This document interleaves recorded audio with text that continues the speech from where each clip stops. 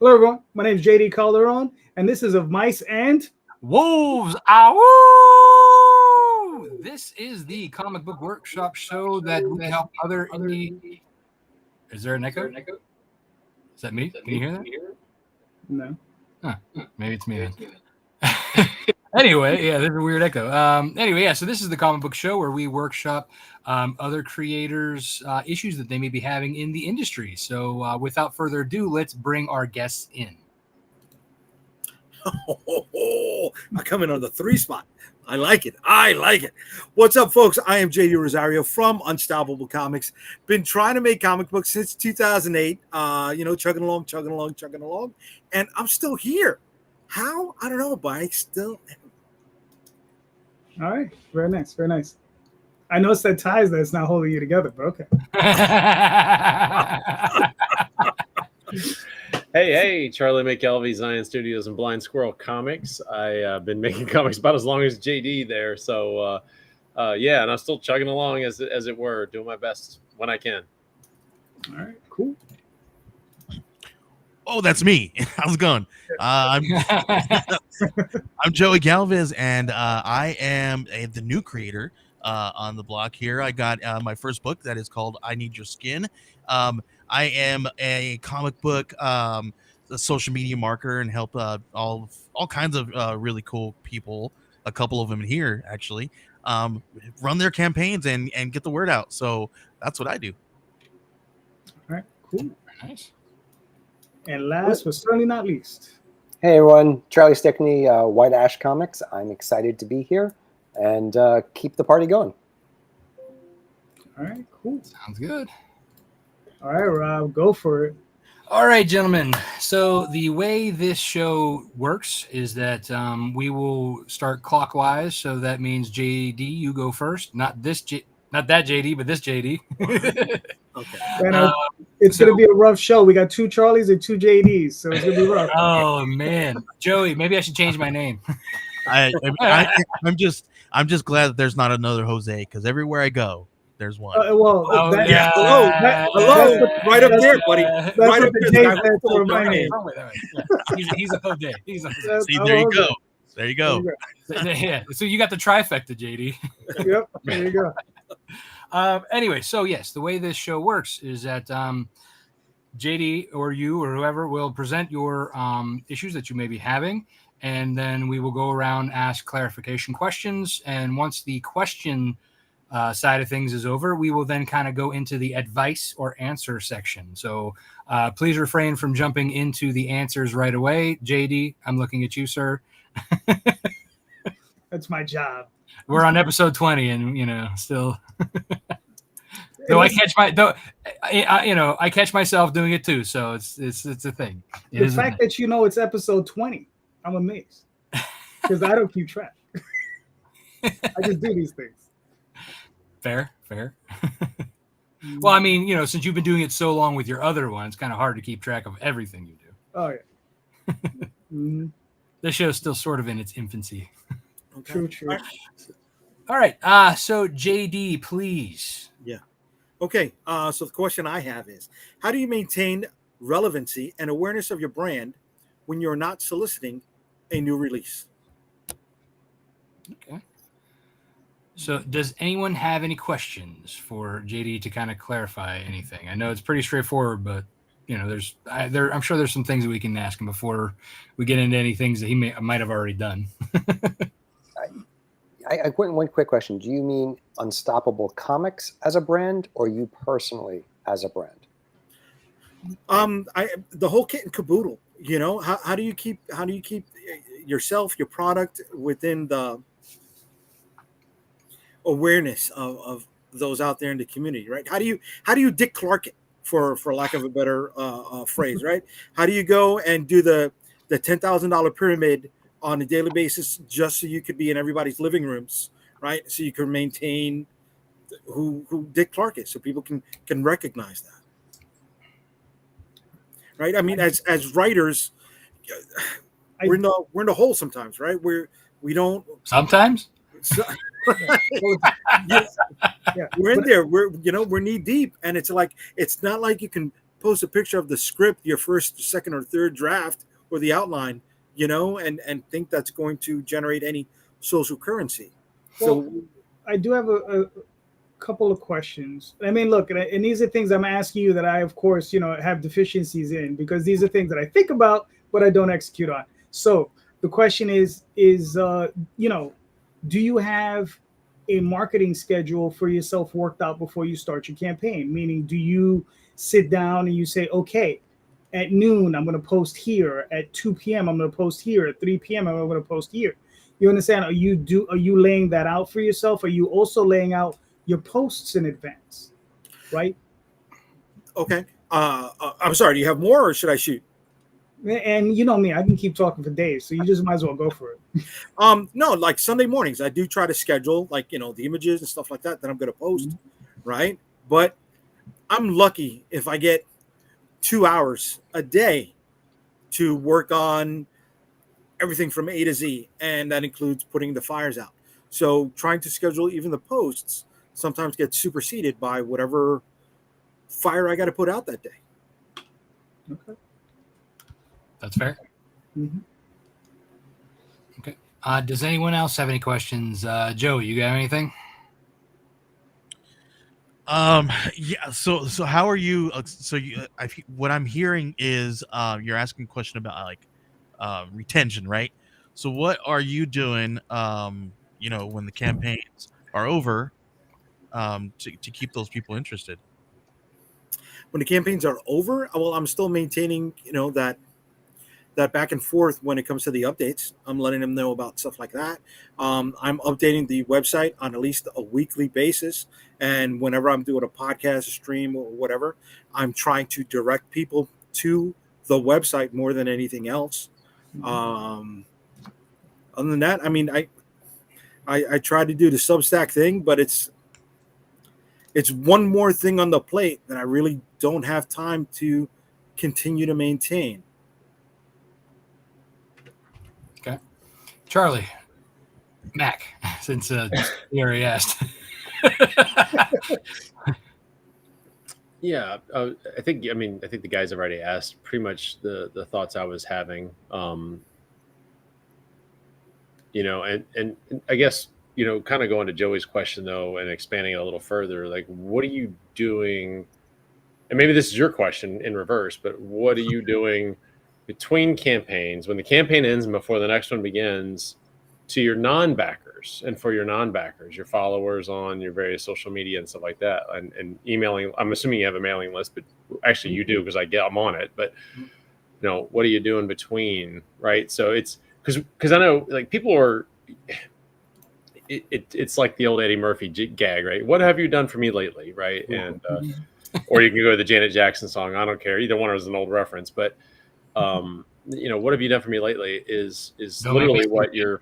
What's that? Don't make me sing, Janet. But literally, that's the question of social media, right? Is what have you done for me lately? And both algorithms and people start falling off of your threads when you're not actively engaging. So what are you doing between those? That's the thing, dude. As a one-man show, right? When I'm not in release mode, I'm trying to get as much done as possible, so that way when I am in release mode, I can focus on that release and just have all those ducks that were lined up in a row dropping, boom, boom, boom, boom, boom, boom, boom, boom, boom.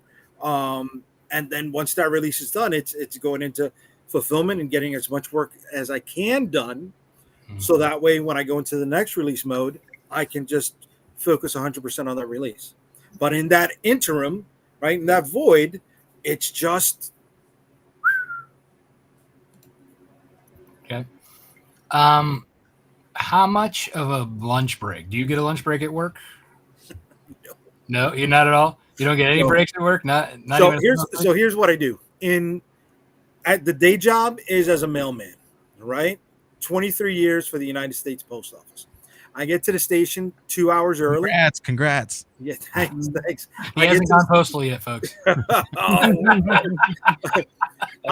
seen this show enough. He has. So yeah, brother. Sometimes, but I'll get to the station like 2 hours early instead of going to the gym like I should. I pull out the laptop and it's editing, it's script work, right? Because that's the one time that I'm 100% not affected by social media, and in the morning my brain is activated, so I can dedicate 100% to this draft, that draft, this outline. That's all writing time for me. Okay.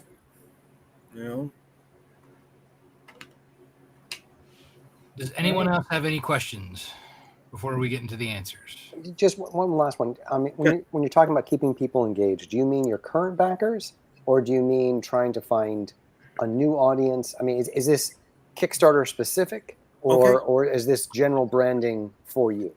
So maybe it is Kickstarter specific, right? Trying to find new people to come to the table, because I have a really good return backer rate, right? It's just not up there. I'm not in the mid 300 to 400s. I'm not, right? I'm the 200 guy. I want to break through that. Like I said, I get good engagement, I get return backers, but trying to expose it in that void period is the difficult part. Trying to get new engagement. Okay. I think everybody good? Are we ready to go into the answers then? I think we're ready. Okay. Charlie, go ahead. McElvy. This is going to be tough. I think, Charlie, didn't we decide that I'm other Charlie and you're like original Charlie? Isn't that how that was on Twitter? I can't Charlie remember. 1 and Charlie 2? I think I was old Charlie. I think we're close to the same age, so I think that can't be that true. We're gonna have to go back to like we're in high school, like your English teacher, Stickney. Yeah. Yeah, like the Marine Corps, but I guess their last name. Oh yeah, I'm a last name guy. Yeah. Unfortunately, everybody butchered mine, so it was just like it was whatever. But Multari is so much like Atari. But that's just it. exactly Multari is wrong. That's not how you pronounce it. How do you pronounce it? Multari. Oh. I swear to God, we didn't script that. Like, wow. We all had it wrong. Good night, everybody. Everybody's had it wrong. I mean, I think it's all started back when I started going on Tyler James's podcast. Oh my gosh! And now when the five of us say it right, everybody's gonna say we're wrong. Right. Yeah, well, exactly. I even had people we know just we say got it right. Multar. Like that, like from Space Ghost, they just were going to be like, "Hey, Multar." I just want to throw this out there. If all of us thought it was the other way, wouldn't it just be easier for you to change it? But that's why I never say. Honestly, that's why up until now I've never said anything, because what's the point? But it just opened it up right there for me to blow your mind. That's a good marketing tag, because right now Rob Mack is changing his last name, so you can use that whole thing. So like when all of us see you at a con, we're just gonna yell out Multari. Like you're gonna have to. Then I'll be like, yes, yeah, you'll get it. This guy. We'll help you out, brother. We got you. If you're gonna be stubborn enough not to change your name, we'll at least be helpful enough to. I mean, shit, make us do all the work, but whatever. You speak for yourself.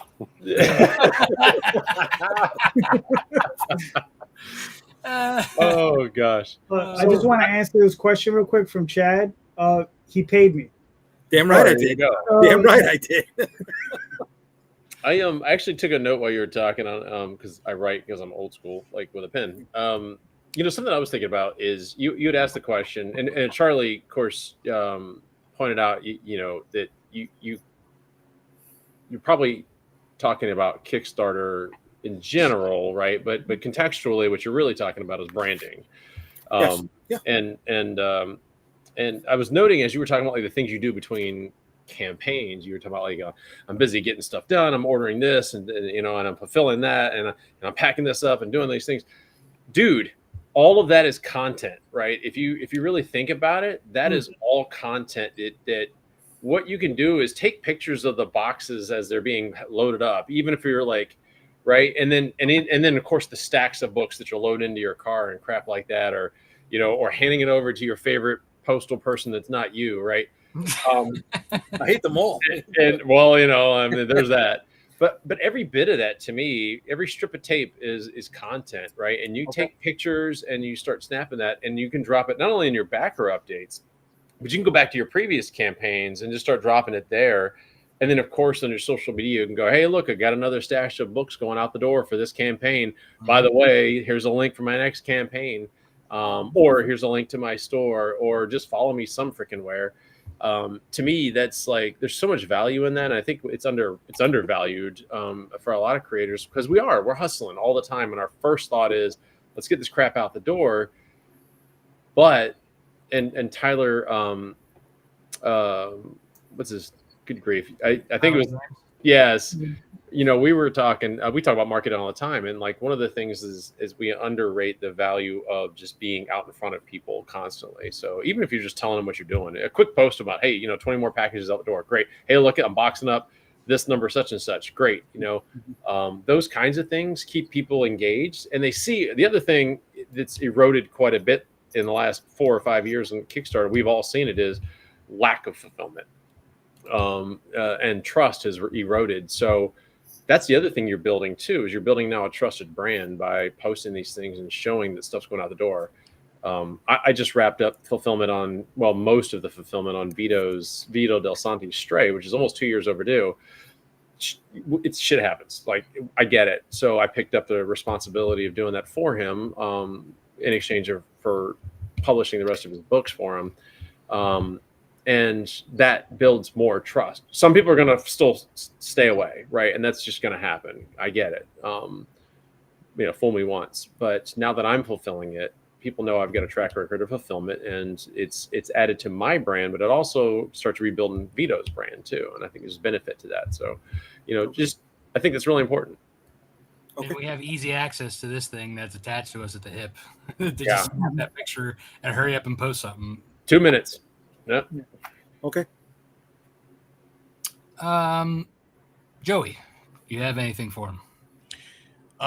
So this is actually kind of funny, because this is something that I've been researching myself lately, learning how to keep backer retention, and then also tap into, like what Charlie was saying, new people, and creating this kind of brand awareness around not only my IP but myself, and everything that we're doing, right? So everything that we want people to kind of eventually come back around, right, to make a sell, because that's what we're doing. We're trying to tap into this sales funnel, right, by creating these different things. And once we get to that point, things will start to kind of pop off. And I've kind of done a lot of research this last week. Everything, like, listen, there's ways out there to get stuff for free, like up until a point, but like all the really, really, really good stuff is behind a paywall. Like you guys were talking about Tyler James, he's got a really great offering. We have a buddy, Russell Nolte, who also does some of these things that have really great offerings as well. And if you can afford some of the things that like that, to go and learn and kind of hear from professionals who actually put this stuff into work and have proof, social proof and marketing proof to kind of when they implemented these things. It's really good to kind of learn those things because they work, right? Marketing, there's things in marketing that have always worked, and they're always going to work, because ultimately it comes down to a psychological pricing and things of that nature, and it gets really, really deep into stuff like that. So just kind of do some research and look around. There's a lot of really great stuff that's for free out there that you can research and learn just the basics to kind of just elevate your pages and your branding just a little bit.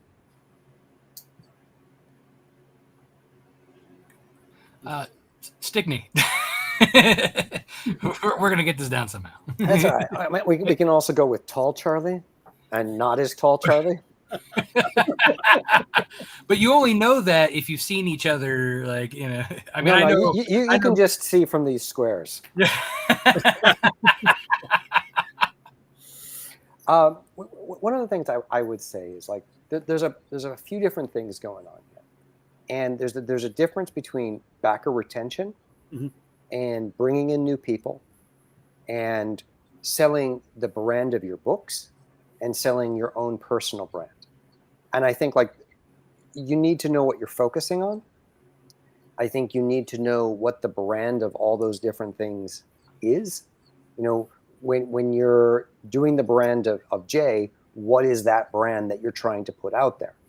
I think Tall Charlie has a really good social media presence that's consistent, and there's a tone to it, and there's a voice, and you feel like you know him.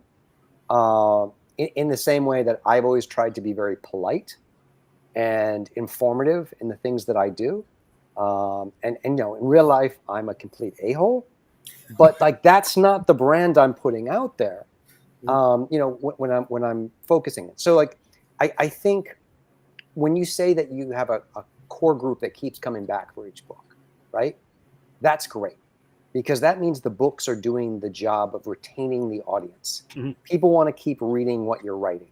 So like, I think like that's almost a box you can check. It's not as much about retention. It's about audience growth. And then how are you trying to grow, you know, your audience? And I think there are actually the in-between time with campaigns is a harder time to grow your audience than growing your audience during campaigns. Because when you're doing the campaign, you have all these tools to bring in new people that you don't necessarily have during the campaign, right? You know, did you bring in a variant cover artist who has their own audience that you've never worked with before? Yes. And hopefully, you know, like that brings some people in. What kind of crossovers are you doing with other creators? So like there are active things that you can do during the campaign. I think for me, a lot of what I do in between the campaign is I grow my own personal brand. And you know, and there's lots of places to do that. Social media is becoming harder. You know, I spend a lot of time, like, you know, Charlie was saying backstage that he hasn't seen me as much because I've been less on social media. I've been more in private groups. I've been doing more workshopping events. I was at Comic Pro, you know, and I was not with a publisher. I was myself. I was, you know, going back to what you're talking about, just being present and being visible. All the retailers saw me. All the publishers saw me. You know, I was seen as a person who was there. And, you know, just like being in these events, being at some of the big conventions where you're networking with people, with other creators. That's another way. So I think it's just finding different places, because if the current places that you're posting are not having the kind of engagement that you're looking for, it's also thinking about the other places you can go. And that's places that you can expand your audience, find new people who know who you are. I think when you do panels at conventions, that's always a great thing. You know, when I do a panel at a convention and I'm with established creators who do big 2 IP, and we're sitting on a panel and people are like, oh, so you raised X number of dollars doing what? And it's like there's this eye-opening look from, oh, this is another way of doing comics. And this person also is a professional. And maybe I should start looking at their stuff. And so I find new people there as well. So I think it's, you want to do the things that you're doing well. You're retaining your audience. Your books are doing your job. It's about thinking about other places you can be and finding ways to expand what you're doing, and maybe be targeted in those other places. You know, try to think about who would like your books, whether you're doing signings at comic book shops. You know, if there's local comic book shops, that's another great place to network. So, okay, cool. JD as in Calderon. I don't have any advice for that guy. You know I don't like him, right? You I don't even know I invited him on the damn show. Why did I let him on? Listen, fellas. No. I'm in between here. I know fighting. No. I mean, Jay, in all seriousness, it goes back to the question I asked. I think one of the things, and look, I struggle with this too, is something I think about and I don't execute on, right? Is prepping, right? Twitter, Facebook posts long before the campaign, right? Like getting these things prepped up, ready to go before the campaign. So if I know I'm going to run a 24-day campaign, I should have 24 or at least 12 posts for each platform, you know, ready. I mean, and that's probably nowhere near enough. It should probably double or triple that amount, right? I should be doing it twice a day on each platform. I could probably reuse the same post on each platform, and then even on top of that, trying to incorporate a brand new platform that I normally don't associate myself with, like something like Reddit Truth or Social. Blue Sky. Discord's another one that's growing. Discord. What's the other one? Truth Social. What is it? What was that? Sorry. I don't even know what that. Bro, you got to be in Florida for that. It's Okay, I guess. But yeah, I think and like I said, it's one of those things I struggle with as well. But I think that might be something that if you're going to want to have that growth, whether it be in between the campaigns, like Charlie was saying, and during the campaigns, I think that's maybe something you might have to like give a little bit more time to, even though I know it's hard. I mean, I know we're all pressed for time because working the day job is it is what it is, right? Yeah. Sorry. Looking at Travis's comment there. You know what? It actually went through my head. I said Travis is going to have something to say. And lo and behold, he appears. I'll just say that's a lot of hate going Jay's way, right? First, JD says he doesn't like him. Now Travis says he doesn't like him. There's all kinds of people in Florida. Charlie, I'm a lightning rod, brother. I'm a lightning rod. Okay. I take it all, baby. Oh man. I think too, like some things little things that you can do. For example, look at a lot of us who look at our names, right? You're the only one who doesn't have an @ or a .com. Well, Oh well, Charlie is his own .com. Okay. But it's a good point, though. I don't think it's not a good. It's a good point. But I like honestly, like, for that's something small you can do. Is you put your @ your website, especially what you're promoting at the time, right? So like right now underneath mine, I have snowpaw.lonewolfcomics, right? That's going to what I'm currently promoting, which is the pre-launch page for Snowpaw. And, I pretty much all of my socials are at Lone Wolf Comics. So you don't even have to like ask. I have those. That's something you can do in the off season. I put up a banner to sign up for my email list, and then that puts them into a welcome bucket. They get like 10 emails that are already pre-written, pre-programmed, and ready to go when they sign up, and they get a free digital download. So that's something that I mean, it's work up front, but it's evergreen as long as you don't make it's anything that's like going to be like dated, right? So you want to make sure that it's not something that's going to kind of expire and you have to go back and update it the next year. That's a nice, easy way for like new people to jump on board, and you don't have to feed them anything. They're already getting fed, while you can then maintain your current list. I'm also on your email list, but you know what I don't see? A lot of emails in the off season is what Right. I see you during the campaigns, right? Sending stuff out, right? I see you sending the stuff, which you've established. But like everybody said, you don't want to be that guy coming, what have you done for me lately? Don't be that guy coming, hey, I need you to help me move when I didn't help you move. You haven't seen me since the last time I moved, Right. So you want to be there, like, even if it's like once a month, once every 2 weeks is probably better. As far as like posting, like Charlie was saying, the whole, like all that content, you don't have to have huge emails. You just have to have maybe 1 or 2 updates. Like, to say, hey, this is the current art that's happening right now. You got the first peep of this. And here's my fulfillment update. All in one. Boom, right there. You're already writing that. Just reuse your updates that you're doing in your, your post-campaign updates, right? You just throw that in an email saying, hey, currently working on this. This is the latest art. Check it out. You can then follow me over here. Check this out. That doesn't take much, right? And a lot of that's templated. You could all you got to do is reuse that, update that. Right. You know, like, so you basically have that at your whim. Boom, schedule that out for next week.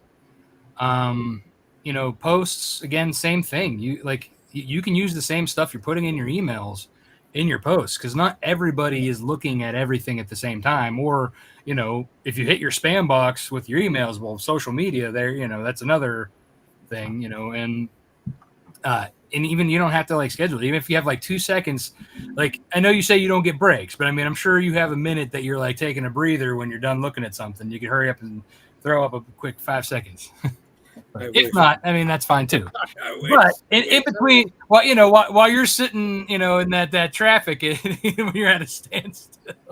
Well, you know, dude, that's you know, I optimize that time. When I'm in traffic, if I'm not hollering at Calderon, right? It's Siri, take a note, right? And it's like whatever's popping in my head, blah blah blah blah blah blah blah. And the next morning, I do my best to consolidate, because you know I'm still a husband, right? I still, you know, there's still family time.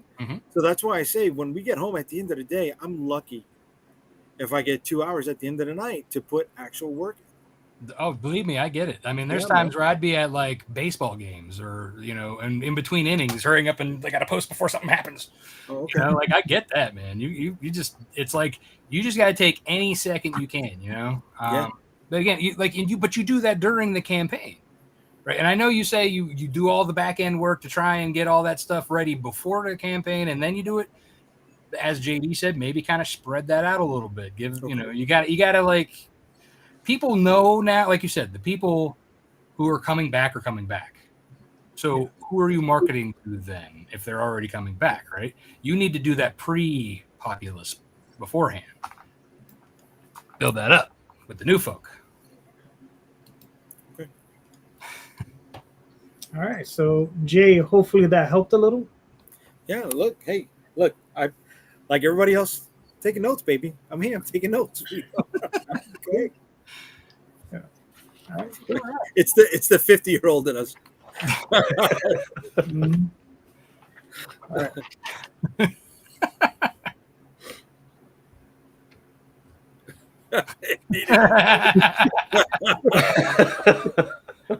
or maybe he is the villain, dude. And you know, the mice in New York are not.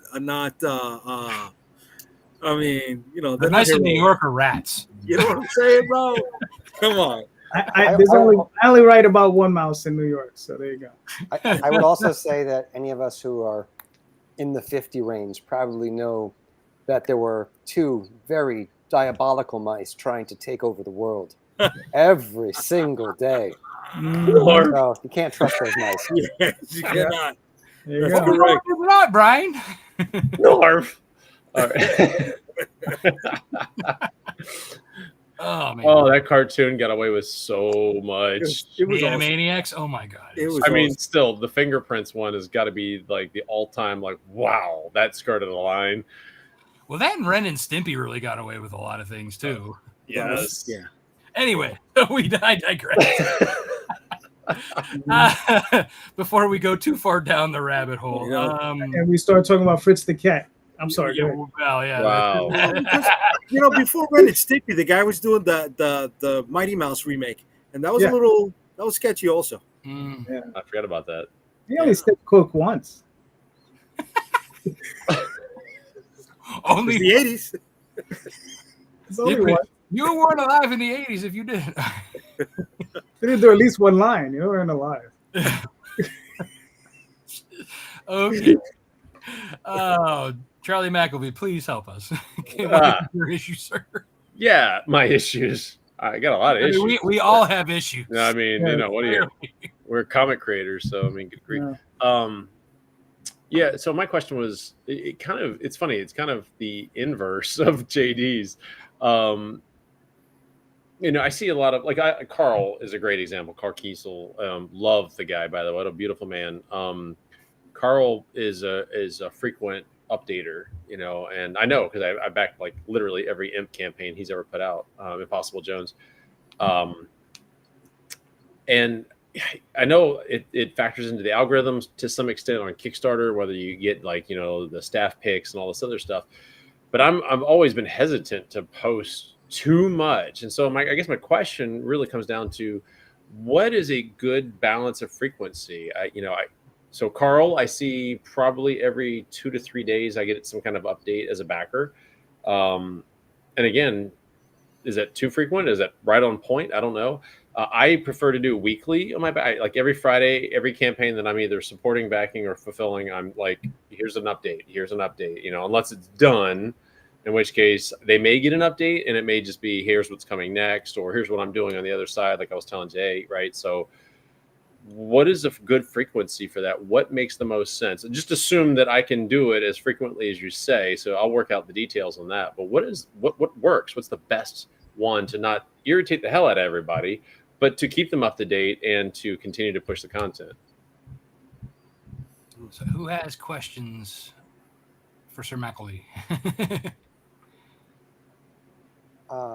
So when you're talking about, do you mean just specifically Kickstarter updates, or do you mean posts in other places? Yeah, no, Kickstarter updates. Okay. Then I will file that away for my reply.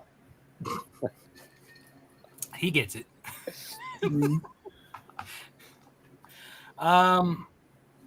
JD, do you have any questions? No,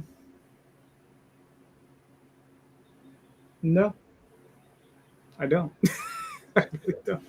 Rosario, do you have any questions? Yeah. Why would you be concerned about posting too many updates?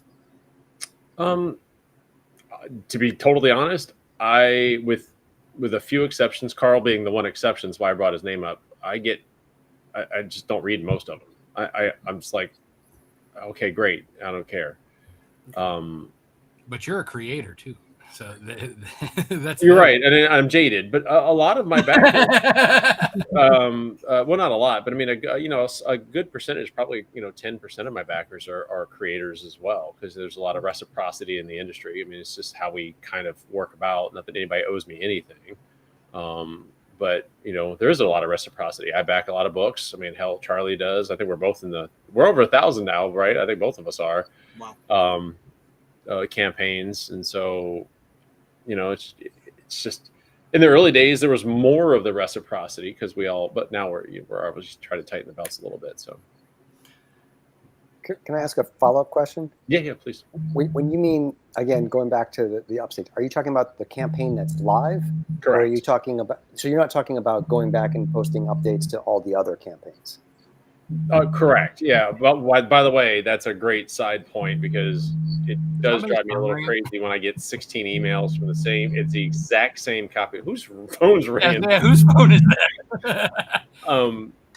I get, I was clearing my inbox in Kickstarter today, and I can't believe I had literally 6 emails. They were all the exact same email from the same creator, but it was every single campaign, and they all came in at the same time. I do that, but I distribute it. Like, I'll do one day, I'll one another day, wait 2 days, do another one. Yeah, I don't mind the copy and paste. Try to give here too. What's that? That's advice we try to give here. Yeah. It's one that we try to give, and sometimes ignore ourselves. I know. Well, I don't think I've got it from you guys, but yeah. So it's for backers for the active campaign. It's specifically to finish answering his question. Joe, so how many updates on average are you putting out there per campaign? So I will do.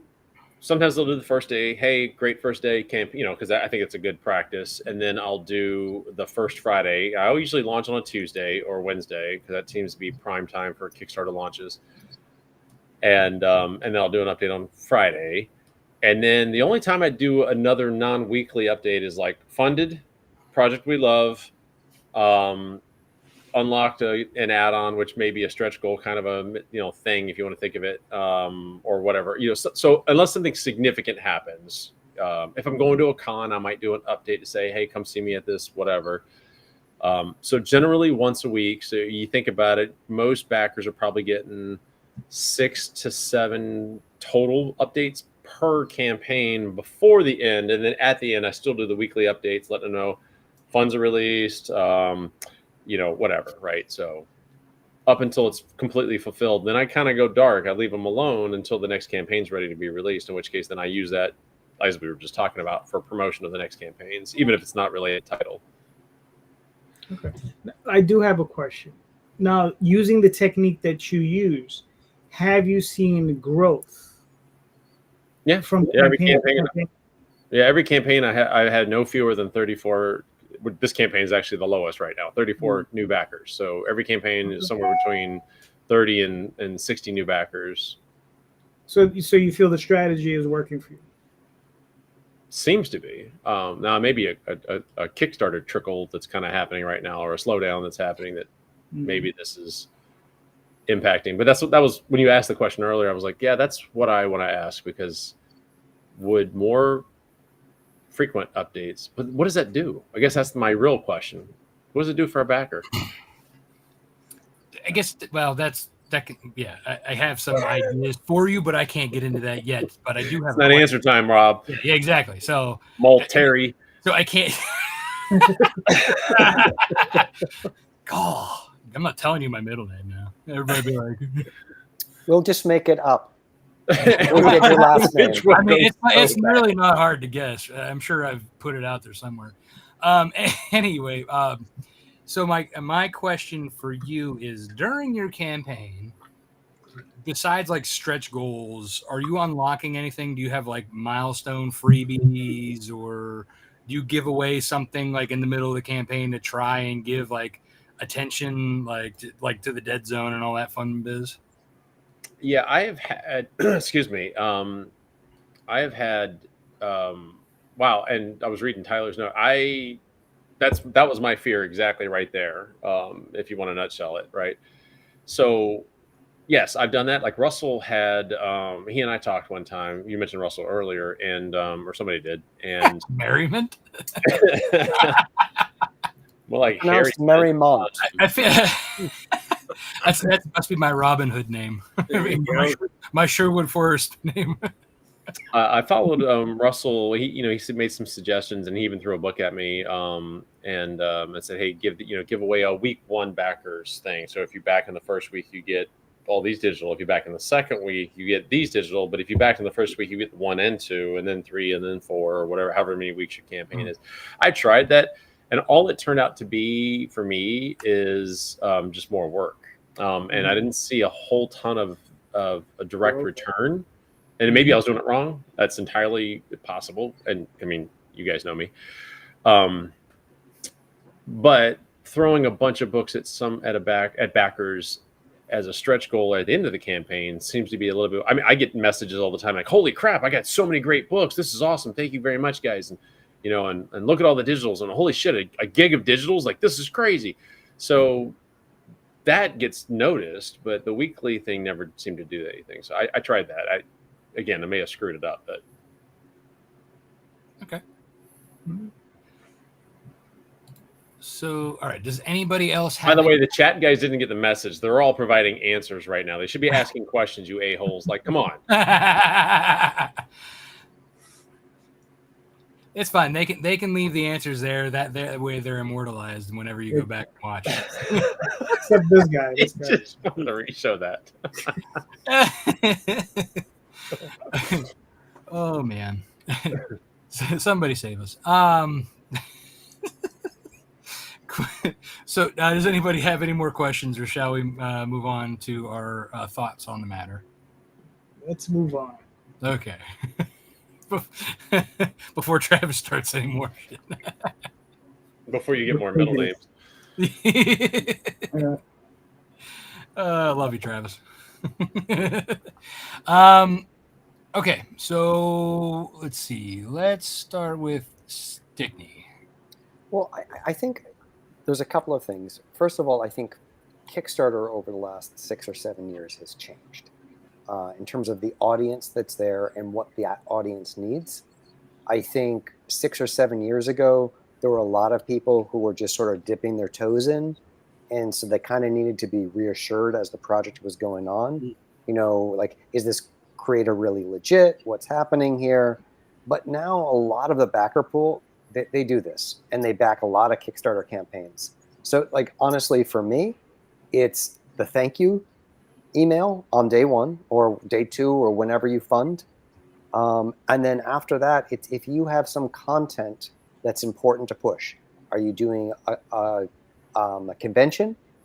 Are you trying to drop a new cover or something to sell them something new that they hadn't picked up before? Aside from that, I don't do many posts because I don't want to bother them. They've already given me their money. I've been doing this for a long time, so they know what the deal is. And so when I post, it has to be with a specific purpose. The caveat I would say is if you are a new creator, if this is your first or second campaign, then one of the things that you're doing with these updates is you're building a rapport with your potential backer base so they get a sense of what your persona is. Because again, this is, you're creating a face for them, someone to invest in for the long term. And so that's a relationship you're building. But once you've built that relationship, I don't think you need to test it.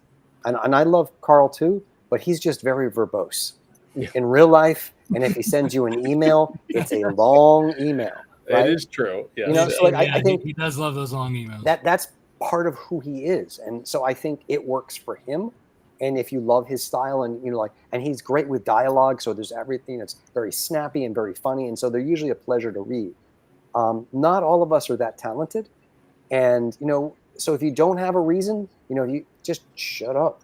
Like that's kind of where I'm at, so I think again, I'll do an extra post or two for this campaign I have currently because I'm going to be at San Diego Comic-Con and I want to share that experience with the backers because part and parcel of the campaign that I'm doing is it ties into San Diego and I'll have different artists there and I'll be able to share pictures and updates, but that's something very specific. If it's a normal campaign, it might be 3 updates during the course of the campaign.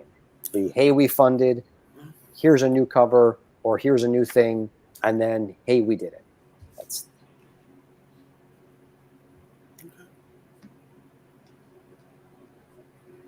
very fair. Joey, do you have anything? Yeah, I'm honestly the same way. I tend to do less updates, and I literally only update as we have something brand new like unlocks or something like that and stretch goals, and then I use like my opt-in sites and email captures for that stuff because they opt in to hear me talk about that stuff, right? Like I opted into Charlie McElvy's Substack, right? Because he does some really cool stuff, and if you got and a lot of people have gotten really creative with their Substacks, and it's really fun to kind of read them. Just like we were talking about Carl Kessel and how he loves those long emails. People really love to be creative on Substack, so I kind of tend to lean towards the long-winded things on the opt-in options and then leave them alone during the campaign for the updates. Okay. Can I just add one more thing? Because we're sure. all talking about Carl. We might as well say Carl has a campaign that's live right now for Even Steven. So if you like Carl and his work, I would back that. It's going to be incredible. I'll second that because you guys heard me. I back everything he does, and my wife is actually reading Impossible Jones 1 now, and I hear her giggling, and I love it. So she just it's a really good, fun book. At least you can get your wife to read comics. I mean, mine's like. Well, mine has to. She's my associate editor, so she reads everything. So. My wife will read mine for editing purposes, but other than that, she's like, get that away from me. No, she loved Kabuki. That was her big thing. So I got her to meet David last year, and she went crazy. But yeah, she loves Carl, by the way, another Carl fan. So Impossible Jones is really good. And even Steven spins right out of that. He's fantastic. Rosario, do you have anything to add?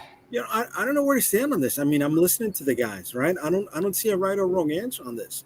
I haven't seen too many 4s. I mean, I'm gonna play that card. But if you have anything, please jump in. No, I'm listening here. I'm taking this all in.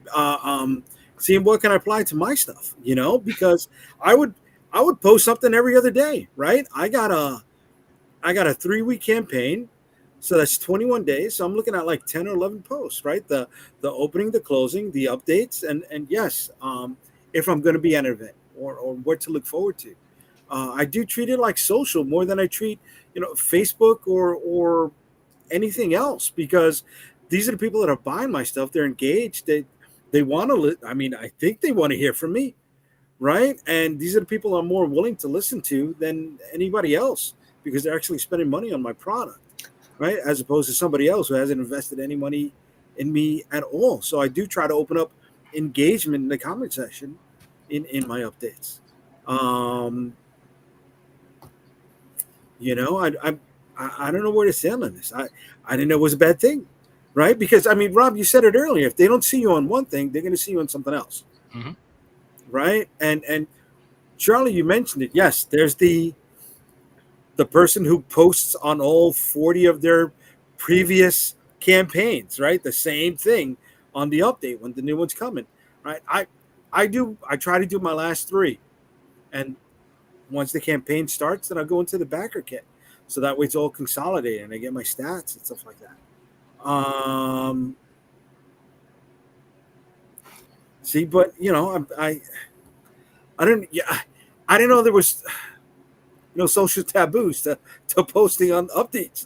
Well, I don't know that we uncovered that there is either, but it seems like the consensus is keep it to a minimum. I think it depends on the person. I've had people tell me I update too much. I've had people tell me I don't update enough. Right. You can't listen to honestly, you can't listen to everybody because they're all going to have their own opinions on the matter. At that point, it's just you kind of have to make it worth more while than just throwing it out a random update, right? You can't just be like, "Oh, I didn't update today. I need to do one." You need to make it more valuable to the people you have as captive audience, if you will, because then they will be like, "I'm not captive anymore. Bye," and drop their back. So yeah, you definitely have to do something to keep them, interested. Ryan Kroboth once said to me during my first successful campaign, that not only so I was like, I'm all, you see me, I'm always like, oh, I'm this close to this mile marker, or this, I'm like 10 backers away from here, and I'm this far away from this stretch goal, whatever, I'm constantly doing that on the social. And I don't see there's anything wrong with that. No, not. But Ryan Kroboth did give me a very wise word of advice. You have backers who are already paying you, right? They're already, technically they haven't paid you yet, but they're already there supporting you and they believe in this project. Give them something more to kind of, either gamify something or to interact with, to get them commenting on that post, or we've talked about, throwing something out there, an extra freebie or something that you're throwing out there just because they backed on this specific day. For me, I use the full moon. I give a print just for backing before the day of the full moon. That's something that I post out there. I let them know, hey, you're already getting this because you're already a backer, that kind of stuff. Or, for me, I like to do the game of hey, which cover's your favorite? Comment below. People then blow that up. And then, make sure you're replying to those. Always want to reply to any comments that are, on your campaigns. I'm not necessarily sure that helps the algorithm, but I kind of feel like it might. Stuff like that, gamify something, say if you're going live on a show, it helps. You could say, hey, I'm going live. If you want to watch it, throw out that link, one, to kind of help the person show that you're going to be on, but also that they're like, hey, I'm going to go watch this guy so I can see him in person to make sure I like him, those are nice updates that don't necessarily mean that they're part of the campaign necessarily, but they're just niceties. Like Charlie said, showing pictures at San Diego, that's a great one. If you're at a Comic-Con and you're in the middle of a campaign, show people that people are actually buying these books that you're selling on Kickstarter, right? Pictures of people holding them up, you know, that they just bought them. You know who does that better than anybody I see on social media? Who's that? Paul Thayer, Project Neosis. That dude, every con. I mean, he did say full moon, Chad. Wrong full moon. Oh, sorry. Yeah, I don't care where Paul is. That dude is taking pictures of fans and shoppers at his table, and he's constantly posting about that. So he does a great job with that. Yeah, I mean, I do the same exact thing. I mean, if I'm at a con, you can see like every day, like I upload all those at the end of the day.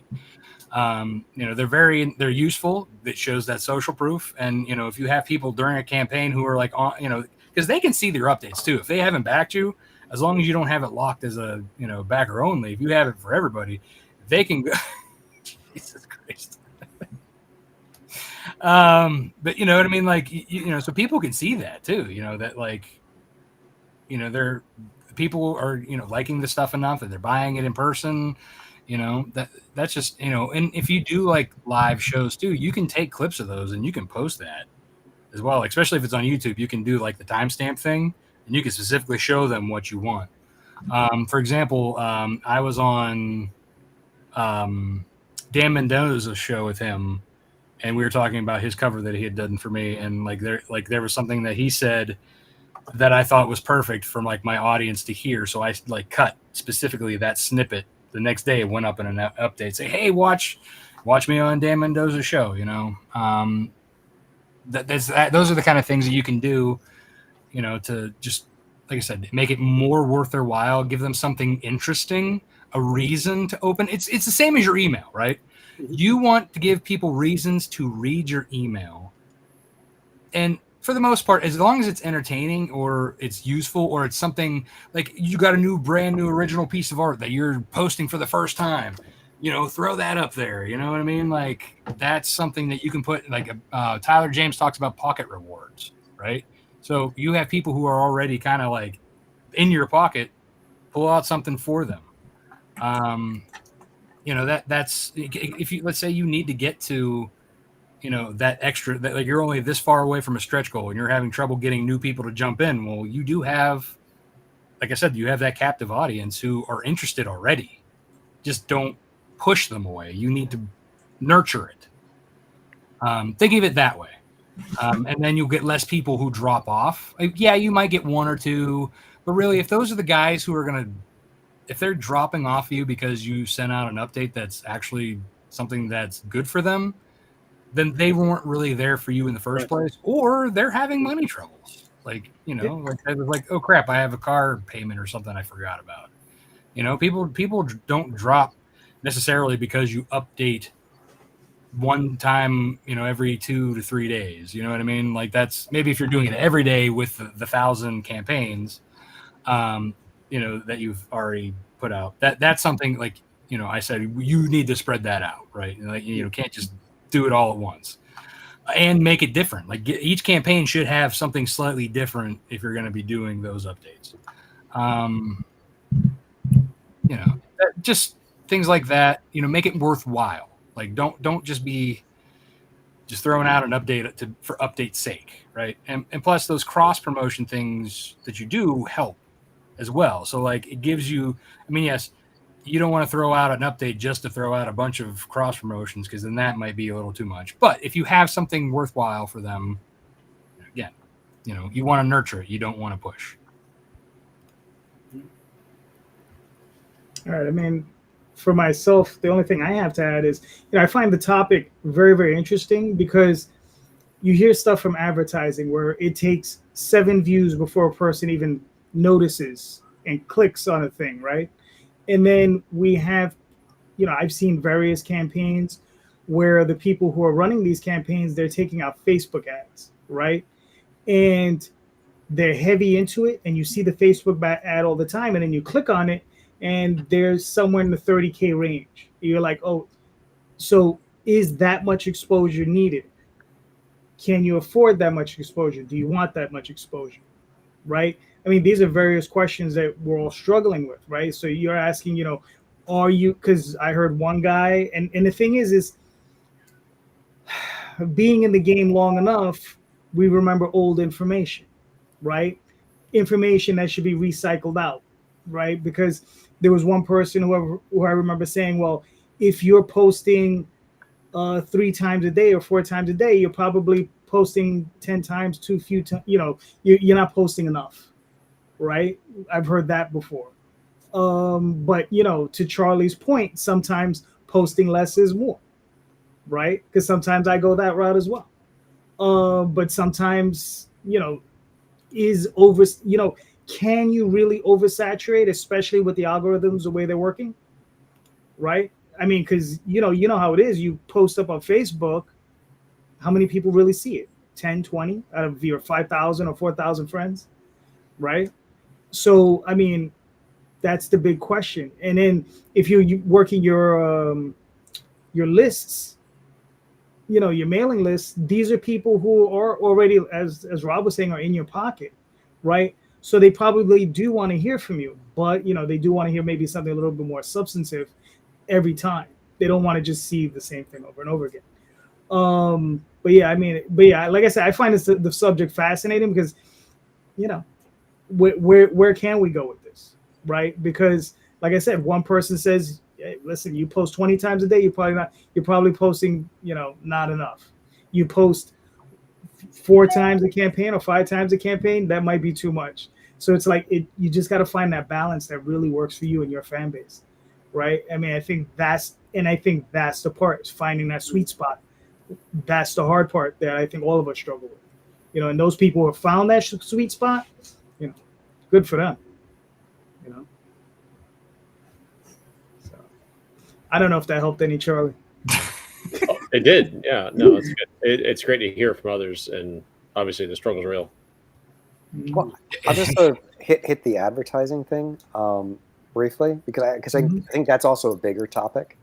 I think advertising for Kickstarter single issue books is something that most people should stay away from, paying for advertising with a lot of the big advertising companies, because your ROI in terms of what comes in, it's not going to be good enough, because the cost that you're having to bring in someone to back, unless you're looking to buy backers for long term.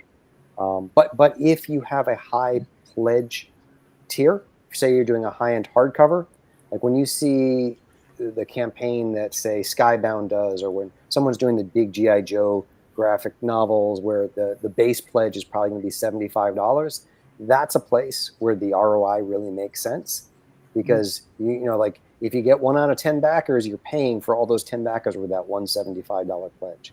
So just be careful doing the advertising. Like I did it on one campaign, and in full disclosure, I basically made back what I spent on advertising. I spent about $5,000, and I brought in $5,000 worth of pledges. So that's better than most. I never even got that. You get what you put in. Yeah, true enough. But Charlie, did that help you? Yes, no, very much so. Thank you. And again, and the comments help too, guys. I was just joking about, but yeah, I think it confirmed for me like what I was thinking. At the same time, it gave me some more to chew on, so it's good. It's very helpful, actually. I never go in knowing I know everything, because I sure as shit don't. It's a moving target. It always will be. Yeah. Fact. Yeah. Joey, what do you got for us, sir? Yeah, so I've got an interesting one here, because we were talking a little bit, and it's kind of everybody's kind of touched on something a little bit of kind of my question here, and I'm the first. This is my first book that I've created, and stuff that's out there, right? So I want to pick your guys' brains, because you guys are all veterans. You guys have done this, been around with the block for a while, and then. Because I was picking the brain of our friend JL Draco, right? And recently, a while back, they started this really cool campaign that was like this really awesome email drip campaign kind of thing they called it Dream Fuel, where they just do this they created this really cool campaign within itself just for the emails, and they have this really awesome landing page where you can opt in and all that stuff, and it kind of takes you through a funnel of automated emails, just like you were talking about, Rob, earlier, about have when people go into your site and they trigger something and they go through this different funnel, and eventually you want them to come out of the other end with a purchase or whatever goal you're reaching towards, right? So I am looking to, that's kind of where I'm at, right? I'm at the beginning of that stage where I want to now start building something like that for myself, for my branding, and for the IPs that we're going to go move forward here with. And so I needs a little bit of advice from some of you guys who already implemented some of those things, and may have learned some of these things from other creative pros who've implemented some of those as well. Okay. Questions? Anyone like to go first? So it was kind of a broad. Again, you're new. You're saying this is your first campaign, so it's obviously a broad swath you're trying to cover here. Is there anything specific about campaign specifically running? Starting from the beginning, from like a email capture campaign to build up that space to that I don't have for around this IP, around this whole thing that we're doing. Okay. Maybe understanding the email capture campaign, and like between the pre-launch phase and then retention, and then keeping them there. I think with what I was talking with JL, how they do it is really cool. They gain these people, they have people opt in, and then it just takes them through all this really stuff. They have really cool freebies, and so he used like words like lead magnet. I'm like, dude, what the heck are you talking about? So I'm like, okay, dude. So it's like words like that and things of that nature. Like the things that I really want to hone in on are these marketing tools that really help when it comes to sales funnels, and understanding a sales funnel through those automated captures. Okay. Stickney, do you have anything to add or questions for Joey? Just to clarify, you're looking for general email list building versus, that will hopefully help you down the road for campaigns that you launch in the future? Yeah, because that's where I'm at. I'm looking for, because I this is the first time around. I don't have much of an email list for any of this stuff. So yeah, first things first, email capturing and getting people on board for this IP that we're doing, and keeping them intrigued. So I think that's the first step. I mean, I don't think we have nothing. We're just starting out with this thing. Okay. Rosario. Okay. I don't know. Maybe I'm too out of touch with things because I don't know what a drip campaign is. I'm sorry. I'm not trying to make fun of you, Joey. It's like, dude, I didn't either. They use big words, and I'm like, what are you talking about? I mean, I understand the sales funnel and stuff like that, but for me, I generate emails at conventions, bro. You know what I mean? Yeah. I do. Calderon busts my balls all the time for this. I do offset printing. All right, where the cost per my books is like somewhere around 70 to 75 cents a unit, right? So I get somebody to sign up for the email, and I give them a free book. So it just cost me 75 cents to get the email, right? Where cost of acquisition for some people is $20 and above for an email. That's okay. I'll trade that 75 cents any day. Maybe I'm too old school. Maybe that's part of my problem with this whole marketing and newsletter and retention and awareness and keeping people engaged. Am I out of touch? So that's your question. Are you out of touch? Yeah. Because Joey, I'm listening to you, dude. That's why I'm like, help me in touch. I'm listening to you, brother. And it's like, I didn't understand half of the stuff you were saying, bro. I couldn't, again, I'm not trying to be rude. I didn't know how to engage with answering you, brother. You know what I mean? Because. And that's the wall, that's a lot of the stuff. I'm like, how do I learn this stuff? How do I get, fair? Okay. It's a little daunting with all these crazy words and these things that you have to research. You're like, oh my gosh, I just wanted to make a comic book.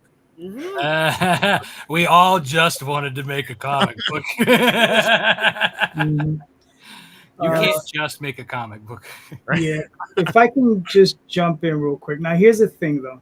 We I get questions. I know, and this is not a question, but tangentially attached to what he's saying, and it doesn't really have anything to do with the topic, because this has something to do with what Jay just said. He said, when you hear those terms, right, whatever they may be, right, like it's like Jay said, there's a certain amount of word salad, and you put it out there for us, right, and whenever I hear those things, I expect to hear the words next.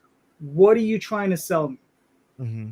Right? Because the person, whoever's telling you all these things, are trying to show you that they're intelligent, they're capable, and that they're doing it by showing you that you don't understand what they're saying. So they have something to teach you. Thusly, then they have something to sell you. Right?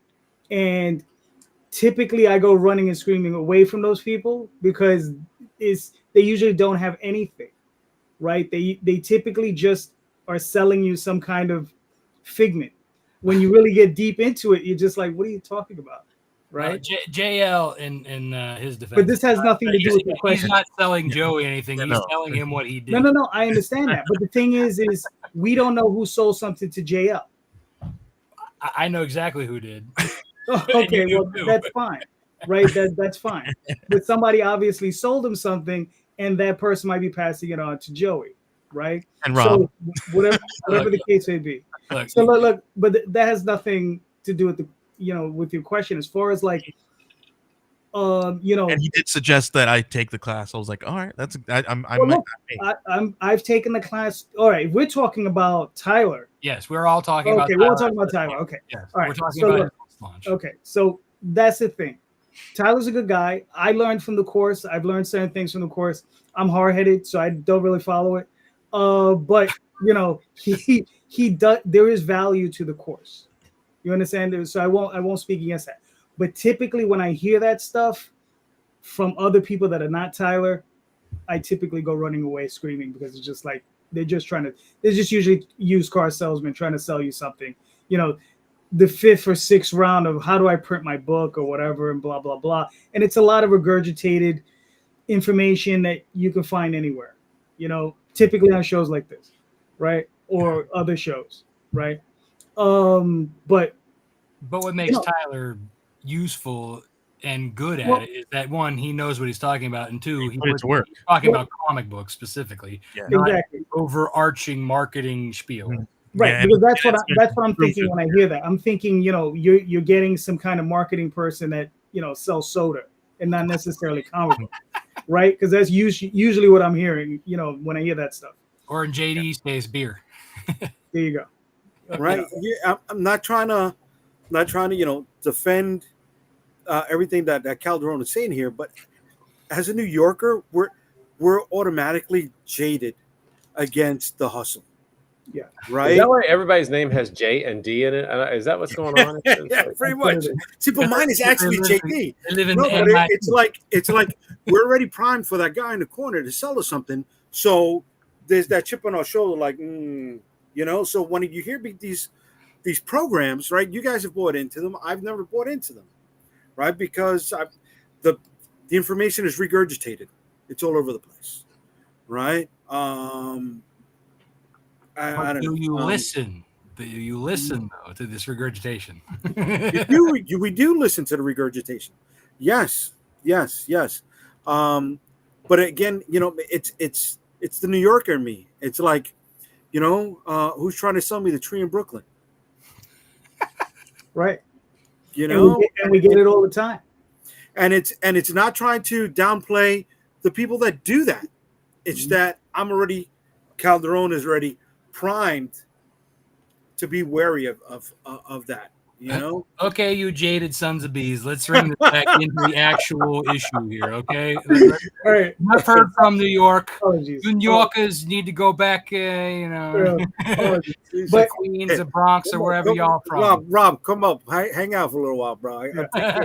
But Joey, I do have a question for you. So, I mean, so you're trying to learn about the funnel, how to get these things are like, what are you actively doing to generate names to go into your funnel to get on your mailing list? I mean, what are you doing actively? Are you, I mean, these are suggestions I've made in the past. Oh, okay.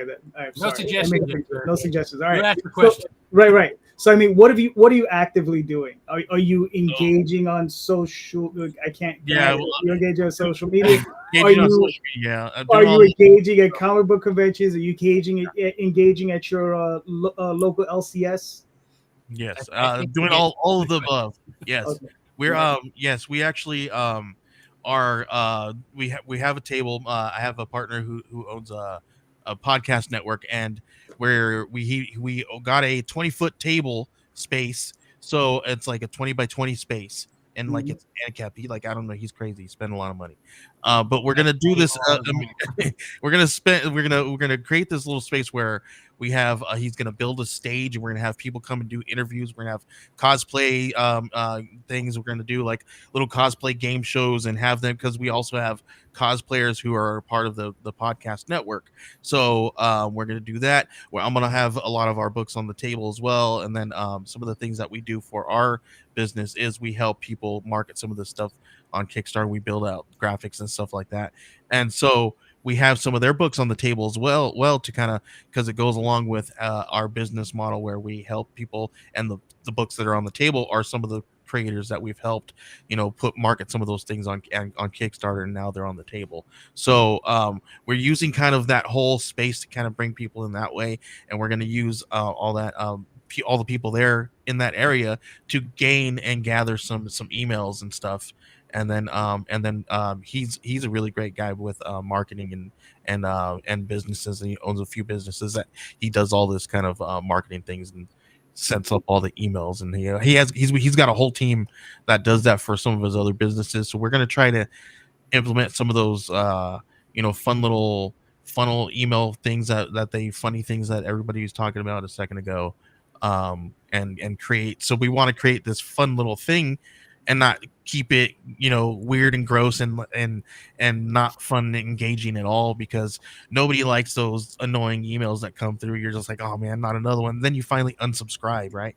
So we want it to be fun and not agitating. I don't know. You want to nurture, not push. Right. I do have some questions now. Can I ask or no? Yes, if you have a question this time. Okay, Joey, are you asking a question for just your book, or for the group book? It's my book. And when is it coming out?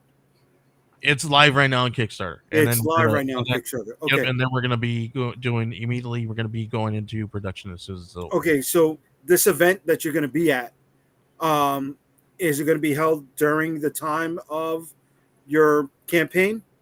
Well, your campaign is live? No, it'll be after. The book will be on the table, though. Okay. Is there anything I'm sorry? Well, you have the digital. We will have the digital, and then we'll have the physical on the table, and then we should hopefully have the second issue mapped out and on Kickstarter. Hopefully, already ready to go with a call to action. So, is this dude that you're working with doing a regularly scheduled podcast right now, or no? Yes, he's got his own podcast. He also goes live every Friday on Instagram. He does all that stuff. I go live on YouTube every Sunday with my buddy Benjamin Morse, where we do Kickstarter crowdfunding roundtables. Okay, and the other people that you're doing books for, they're already finished, or they've got campaigns going on right now? I got a couple. I got one that's about to end here in about next 15 hours. That I'm working with, and then there's a couple of them that are going to be going live very soon. Yeah. Okay, cool. I got some answers there for later. Ooh, I can play that. I know how to play the game. Yeah. Took me a second to get my sea legs. All right, let's go. All right. I have a question before we can move on, though. Come on, Rob, make it quick. Look, you guys jacked around for how long talking about New York jadedness? Well, Look, and I could talk smack because my grandpa's from the Bronx. There you go. Anyway, so what are you using but besides Substack, right? Because that's not going to give you any kind of funnel. You're not getting any welcome series out of that. That's more like you already have the people in your pocket. Mm-hmm. What are you using as an email platform to build said welcome series? So we have a HubSpot, but I have not been using it to my full advantage, right? Okay. And then so we have access there. Honestly, I'm literally starting fresh. Like this is the first thing that I'm going to be doing with this, so I don't have any other place right now. We are revamping the website so that we can have that be the space to do all that instead of going to all these third parties and because we want to do the same thing where we keep people on our page and not have them leave to another space to know about us. So I mean, yeah, okay. But does HubSpot have that capability to build these funnels? yes, it should. Yeah, it's a CRM. Yeah, it's a CRM. It's got all the. I mean, if you gotta pay into it. Well, So- you even with MailChimp, you got to pay into. You got to pay into that, all that stuff. Yeah. But So yeah, I mean, to use these funnels and to set them up properly, anymore you have to pay to play. There's no way of avoiding that. I think ConvertKit, or is it Kit now? I think is what it is. That might be also. I heard of that one actually. But Somebody if, recently- like I said, if it doesn't, so let's. I think now we're well past the questions, unless somebody had something else pop up. Okay, Rosario, since you were chomping at the bit, and I don't want you to forget what you had to say. With everybody you got in the crew that you're promoting and stuff like that, can you guys put together like a small little sample guide that you can use as a digital promo to get emails and pitch that during these different podcasts that you're at, right? So that way you can capture these emails. You're giving them something for free, right? And since it's like a little sampler, nobody's giving away their whole, the whole cow. You know what I mean? Everybody's giving away a little taste, and you still get to retain the majority of the book, which is going to be in the sale. That's all I got right now. It's a good idea.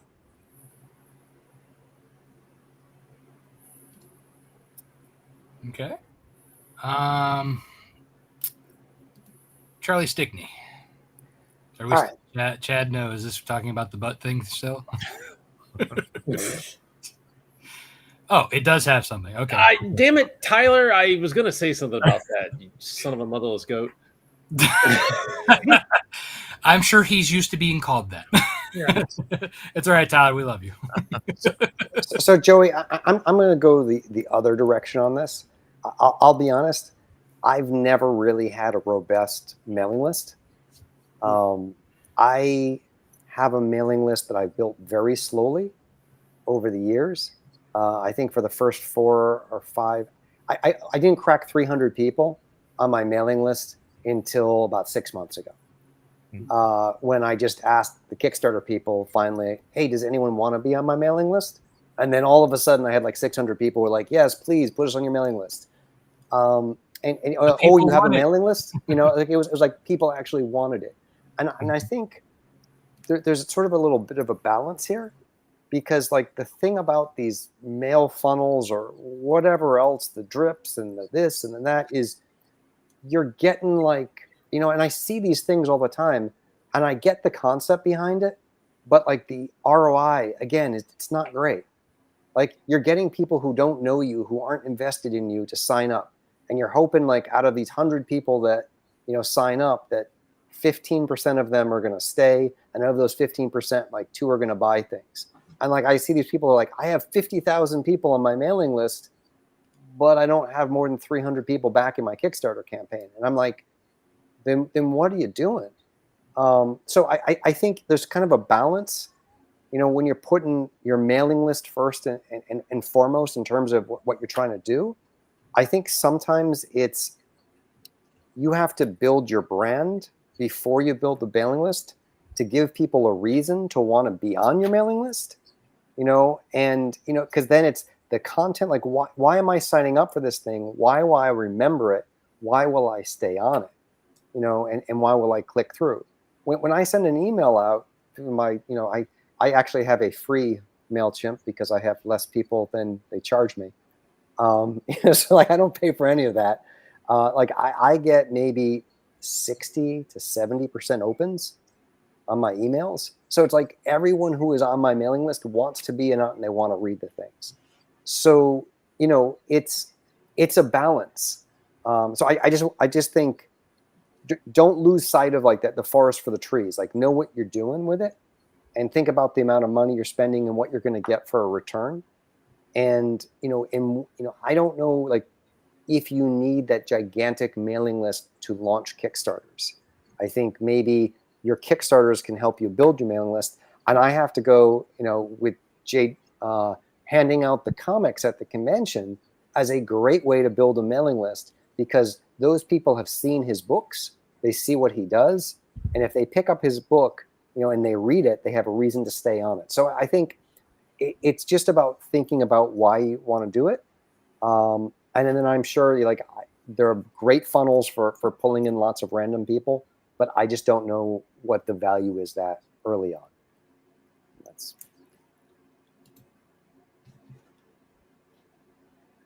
okay. McElvy. Yeah, well, first off, I'll disagree with Rob a little bit. So, like the Substack thing, if you want to use it for funnel building, as Tyler pulled out, you can actually edit your welcome message when you get new subscribers. And one thing you can actually do in there is drop a link to your store with a code for a free comic, right? So a free digital comic, or hell, if you want to give away a physical one, I don't care what you're giving away. But I think that, like for me, less is more. Like I definitely don't, like Charlie, I don't pay for any, I have no paid vehicles for funnel building. Everything is done through grassroots stuff, social media and stuff like that. I do, when someone signs up to my Substack, I'll, my welcome letter will, you can get a free comic, you can do all kinds of other stuff, to help that out. I do think that thinking about the funnel, and totally agree with Charlie, don't lose the forest for the trees, is a value. Backer kit launch is one thing that once you've got a campaign or 2 or 3 under your belt, the value of backer kit launch skyrockets. Like you want to talk about ROIs, it's ridiculous. So because it's to an extent with that though, you have just to keep launch, not the whole thing. But yeah. Well, I mean, backer kit launch started out like a great tool. I still use it, but I also feel like it's lost its luster because it's using the same URL that everybody is using with this random creator name in front of it, and it's going. You can edit all that. Yeah, I edit mine all the time. Right, but my point is that it's still at BackerKit is in there. I feel like their emails are going to spam boxes more. Their fulfillment emails are going to spam boxes more. So that's something I wouldn't rely on as your main. No, maybe not your main, but I'll disagree based on my analytics. But I think it is, again, it's the only paid tool I use, and I get my money back on it every single time. So it's without a doubt one of those things. If you're going to pay for it, that's the one I would pay for. Not a big fan of BackerKit as a whole. I think it's kludgy and hard as shit to put together everything, and it takes forever, and it's not worth my time. Especially now that you have other things in Kickstarter. But back to the point is, that is another one that you consider. Doesn't have to be your lead horse, but always be thinking about what you can do to generate something. And Charlie said it well. Like, why should they give a crap? Is really what he's saying. You've got to give them a reason to say, who gives a crap? And give away a free book is absolutely why. I've done a number of times. I was at Baltimore last year, and some mom was looking at one of our all ages books for her kid, and they were looking at the $10 one. It was a deluxe edition. It's like, it's 48 pages. It's an expensive book anyway. And she thumbed through it, and she's like, oh, he'd really love it. And I was like, yeah, he probably would, and then she started walking away, and I was like, take this. And I gave her the $5 version of the same book. It's just the first half of it. And I said, here, and if you like it, where I'm at.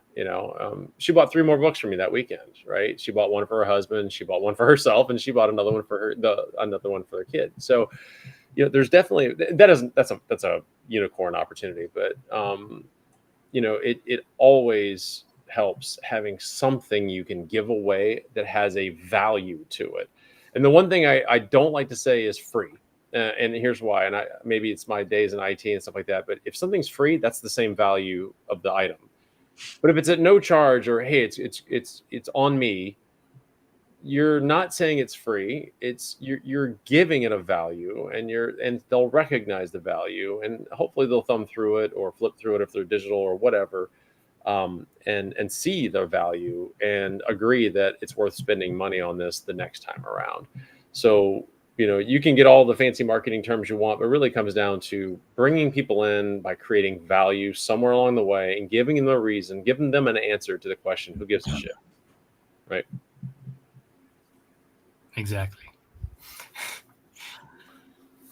JD, do you want to go, sir? Or shall I? I mean, my thing is pretty much along the lines of what Jay was saying with giving away a free book. And this is advice that I've given before on this show. And it's, one of the things you could do is very inexpensive. I really enjoy and I collect trading cards from independent creators. That is something I really like, right? So I create my own. And what I do is, you go around to your local comic shops, you can get 5,000 trading cards printed up for a couple $100. And on the back of it, you put a QR code, and you can give away a digital book, right? So that people can see the first issue, that sort of thing. And they're also going to get a trading card. I like them better than bookmarks. People do tend to use bookmarks, but they do tend to get sometimes stuffed in a book and forgotten. Trading cards, I put them in a binder, and I do actually look at them every now and again. So I think for me, those are a better value, and people do like them because they're little things, little trading cards, because they're little. Everybody thinks they're gonna get a Pokemon or something. Yeah. Well, we recently created our own trading cards and our own booster packs out of right. out of DIY paper. And so we're gonna be giving these away at our table and then we have a handful of other things and swag and stuff so that we're gonna be giving away and collecting emails that way as well. So far cool. Right now, we have our live appearances down. So we need to move that to our digital space, our digital capture space. Oh, yeah. If you don't mind, on your live thing, and this is something I do, I went and bought it might have been Staples, but it's like little 5x7 stanchion card. It's a magnetic flat front. They're plexiglass, right? And then it's got a slightly angled. And you just drop a sheet of a 5x7 graphic in there. I've done like exclusive covers for the show or mentions for the show, but I always have with me two at minimum. I'm assuming I'm running a campaign, and I always am anymore. One with a QR code for the current campaign and a great visual to go with it, right? And then maybe a logo, almost like a comic book cover, something to draw the attention. And then the second one goes to my store. And while I was at Fredericksburg Comic-Con this weekend, I sold 6 books on my website that came from the QR code. So, that's not a lot, but I mean, it's more than I would have gotten had I not had that on my table. So always be promoting, right? ABC, always be, converting. Yeah. So something like that on your table, even if somebody goes, let me think about it. Well, hey, while you think about it, scan this. And then even if you don't come back, you can still get, I'll give you the same deal or whatever. Yeah. For sure. Okay. So I will kind of throw my hat in the ring here for the funnel, if you will. So, kind of much like JL, and as I had mentioned before, I have a welcome series. Something that I do, so I start off with the free digital. I give them the issue 1 of Nightwolf, and then I think I also give them the 9-page preview of Snowpaw 1. I think I'm gonna eventually update that because I have the whole thing now. But so that's the start, and then it kind of brings them into my world. I talk about during the welcome series I start talking about my world building, my mythology. I introduce myself. I talk about how I got into comic books, how my dyslexia was something that got me into, my mom helping me learn to read with comic books. Like that's something I talk about. It's like my origin story, why I'm, obsessed with werewolf books and why, and then I go into like character development, talking about, I do it, like who's Nightwolf, who's Snowpaw, who's this villain, so on and so forth. So each email is kind of like, introducing these people into my world, who these characters are, why they should care about them, why I care about them. To kind of give them like that back matter that not a lot of people get. And Travis, you're killing me. And then, yeah, so there we go. That kind of stuff, it helps, that helps the why, right? Giving them the reasons, giving them something interesting. I'm not pushing anything at this point. The only thing I'm doing at the end, I have a single, button that says, follow me on Facebook. The next one, follow me on Instagram. The next one, follow me on Twitter, I guess, X, whatever it's now. Like those are like just kind of getting them used to that one thing, that one action, clicking that button. And then when we get to a Kickstarter, there's that one call to action at the bottom of the email. Hey, I'm running a Kickstarter now. Join the hunt. That's kind of like, you don't want to push, sell, push, sell. As we've all been saying, you want to make your email worthwhile during these things, right? So that's kind of like you want to sell yourself. You want to sell your book, but you have to sell it in a manner that, that you weren't passionate about, that you care about, why you're doing it. You want to sell the why, not, then later on, that's when they come and buy the book. Those are the things that you kind of want to do. You want to nurture, not push away. You don't want to just be like, sell, because, those, that nobody cares about those. They leave those lists in a minute, but like I said, that's my welcome series. There's 9 of them. And then that's when I get into the newsletter. That's when I'm, every other week sending out something saying, hey, here's the latest art by Mog. Here's the latest art by Carlos. You're the first ones getting that sneak peek of this cover by Chris Williams, stuff like that, sharing the things like that's kind of like when you move them to the Substack or whatever, you're doing with it. But, as far as also like from pushing that digitally, again, you could be, if you have a vanity URL that goes, if you're, like your, landing page .whatever.com takes them to your landing page where it gives them an introduction to the story. Give them that reason to say, hey, I want that free book. Or I guess as Charlie would say, that book on me. It's on the house, Yeah, exactly. Yeah, have a book on the house. Here you go. Sign up. That kind of stuff. You want to have a landing page. So oftentimes, like MailChimp has a landing page that I use that I direct from my website or from social to sign up for, and then they get redirected back to my regular website.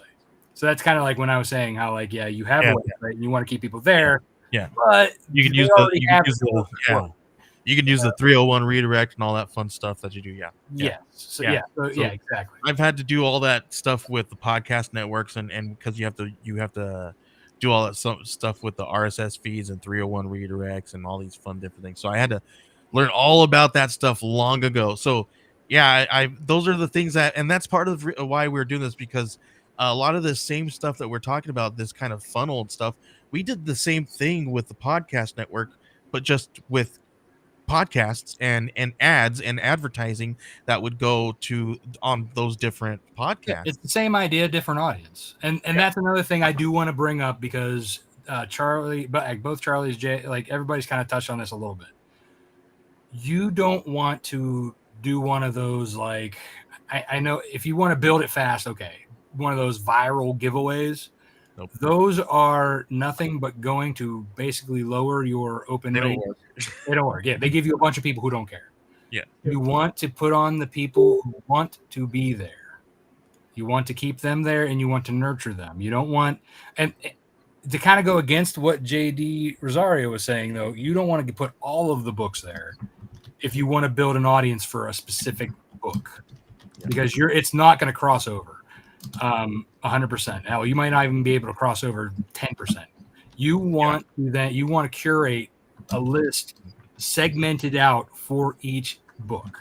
Yeah, and I do notice, like, every once in a while, like, our friend JL does amazing with it. He keeps up on it, and every once in a while, every like so often, it'll a handful of months will go by, and then they'll change, which opportunity people will get for free, right? And it's usually a newer book or something like that.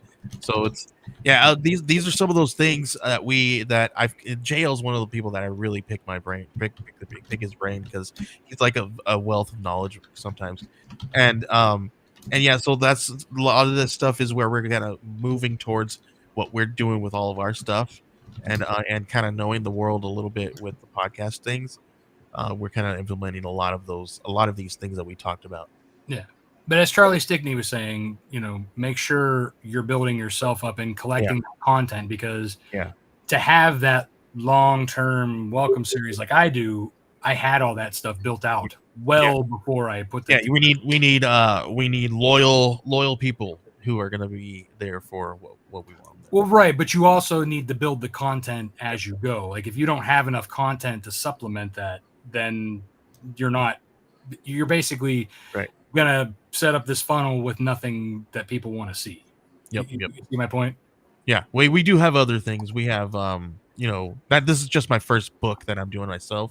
We have an anthology magazine, and then we also have the trading card stuff that we're doing, and we're also implementing other things that we're going to be doing as well very soon. So that's why we're really upticking what our output on these different things right now. So that's why we're really trying to build this up, so that we can build out the momentum at the same time that we're putting this output out. So it's good that you're thinking about that as you're doing it.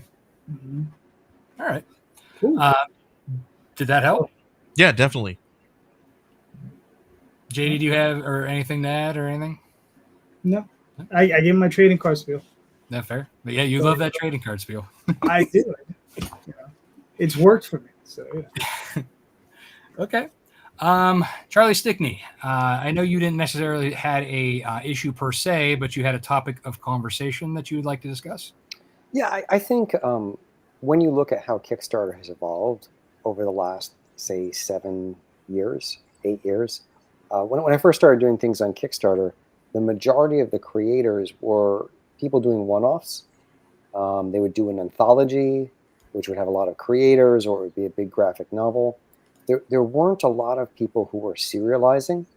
There weren't a lot of people who were trying to do 5 to 10 to 30 launches a year. And I've seen, there's kind of been that evolution to, you look at this group, and, most people who are doing things here are not doing it for a specific book. It's for a line. It's for a publishing company. And I'm kind of just sort of, there's also been a lot of talk about how Kickstarter is not having the same impact as it did a couple of years ago. And I'm just wondering, in general, if there's a little bit of this shift in terms of the usage of the platform that's affecting the production, the return on the platform. And in the sense that when I was first starting out, the most important thing was to make every single individual launch feel like an event, to give people a reason to come out. But if you're on Kickstarter every month or every other month, there's just less incentive for people to have to back every campaign, because they can always catch up down the line.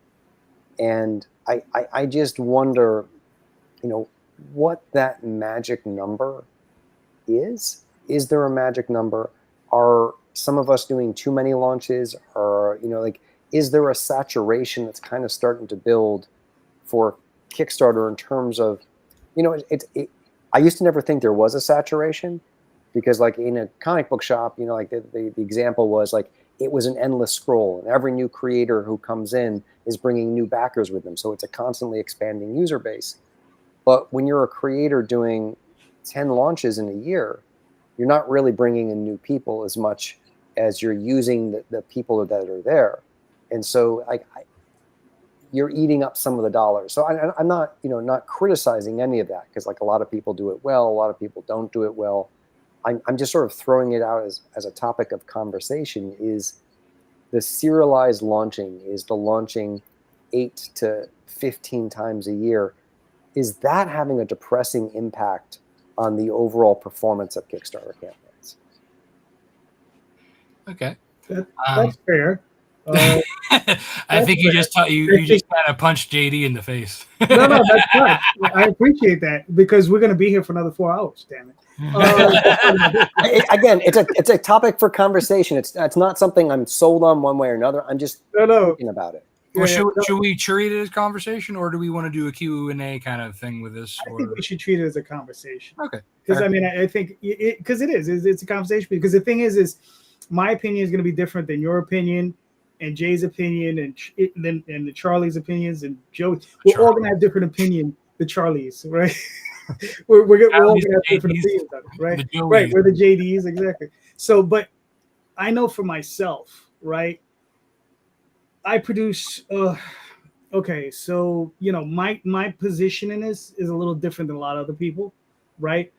I've been producing books for a long time, and the thing is I just have a big backlog of books, so that's why I produce so many campaigns, right? And I run a campaign, I fulfill the campaign, I run the next campaign, and my books are done. It's not like they're almost done. They're done. You know what I mean? They're finished. And, with something like the Oswald Chronicles, which is, my main thing, is like, I don't know, 44 different stories comprising the entire story, right? Not all, some of them being one shots, some of them being 200-page stories, right? So there's a lot of material there. I'm pretty sure I'm 3,000 pages in. So, and I probably have another 1,500 to go. So my goal is to get this done before I retire, right?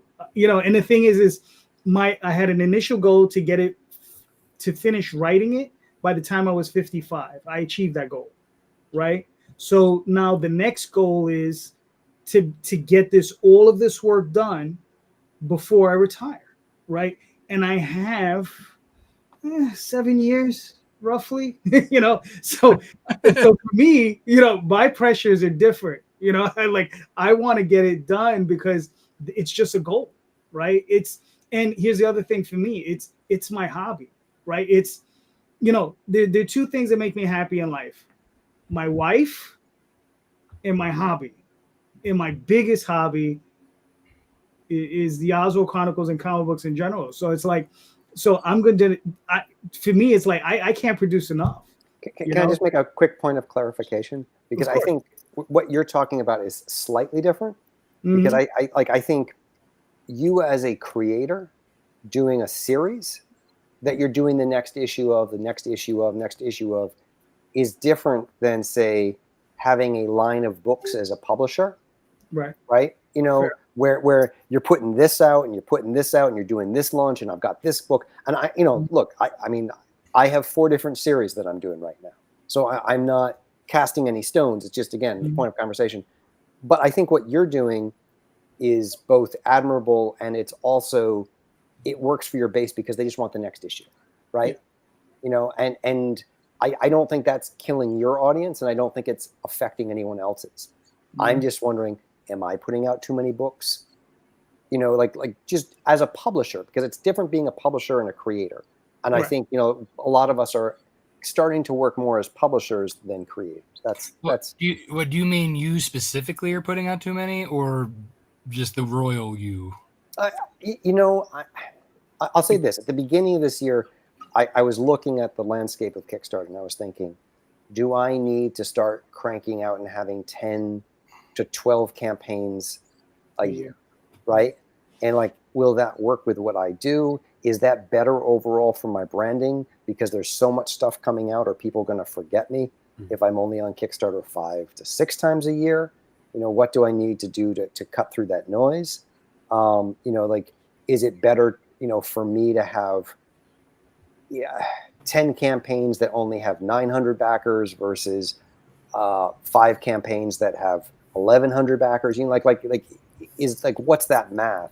And so I'm trying to figure that out for myself. And I've come to the internal realization that I'm not going to be doing 10 to 12. Like I just physically can't handle that, because I also still do all my own fulfillment, and the numbers that I'm putting out, it's big books, so like it's going to be 600 plus packages for every single campaign. So I can't, physically do that. Well, I was going to say too, sometimes you have to wait on your artists as well. Like, I know you were in the same boat as me. Like, we're kind of beholden to our artists. Yeah. So I again, I'm not being critical of any of this. I'm just sort of thinking, as a platform, is it built to sustain publishers pumping out stuff versus creators doing individual books / series? You know what I mean? Like there's a difference in usage, and the event aspect is kind of disappearing, and it's more, this is just a shop that you go to get your books, but it's a more expensive shop. And yes, it's, direct from the creators, but that's a little bit less and less if a creator is now a publisher, right? So I don't know. I'm just like thinking, I've been thinking about this. Question then, are you worried that the bubble is going to burst the way like the 90s bubble burst in the direct market? Is that a concern? I mean, well, there's those people who are going to abuse the system regardless. I do think that, you go back to COVID, right? And so the COVID bubble did burst. Yeah. Right? A lot of us were doing 30 to 40% higher for like 2 years than we might be doing right now. Now, I feel like I've plateaued at a really good place for me that's still profitable. And like 3 out of my last 4 campaigns have had a dollar amount within like, I don't know, $500 of each other, and very similar backers. So it's like, oh, my books are hitting this, and that's good. Boom, boom, boom. And the one that I've got going right now is tracking to kind of be there again. So I'm feeling good about that, but I wonder if I do too many more, is that going to affect that? In general, could we be heading for a burst? Because there's a whole generation of younger creators who are coming in, who see Kickstarter as a place to be independent publishers, and they want to do as many campaigns as possible versus trying to build a brand, trying to build a thing. And so like I think like that balance might be a little out of whack, but I don't know. Yeah, if you'd asked this question or posited this conversation 4 or 5 months ago, I'd have been like, no, you got to be on the platform like nonstop, right? And I think I would have agreed with that mentality. And I saw the same thing you did. In fact, Chris Moses and I had a conversation about, if you're not on the platform, they're forgetting you. Like they're moving on to the next. Their money's going somewhere else. So you got to be on platform, and instead of sitting around complaining why your campaign's not funding. Today, I have actually kind of been in the same boat as you have. Is like my campaigns are successful. They always get the fun project we love stuff. That's great. Fairly consistent. I'm in the 150 to 180% funding on every campaign. And maybe the dollar amounts are a little different, but the percentages are about the same. And I'm getting, like I said earlier, it's still a decent swath of new backers, but it's not as voluminous as it was before, right? I was getting 112 backers in my first few campaigns, every single campaign, and it was like, holy smokes. But I plateaued, and that didn't take very long, and now it's kind of fizzling out. I don't have an answer, honestly. I'm kind of talking myself through it together, like you are, because I'm on. I have 2 accounts, and it's legit. And they're both publishing different types of books. The traditional superhero stuff still does well as long as it's tied to my flagship title. I notice. So if it's tied to Spider Squirrel and Trash Panda, it'll do right. It'll do well.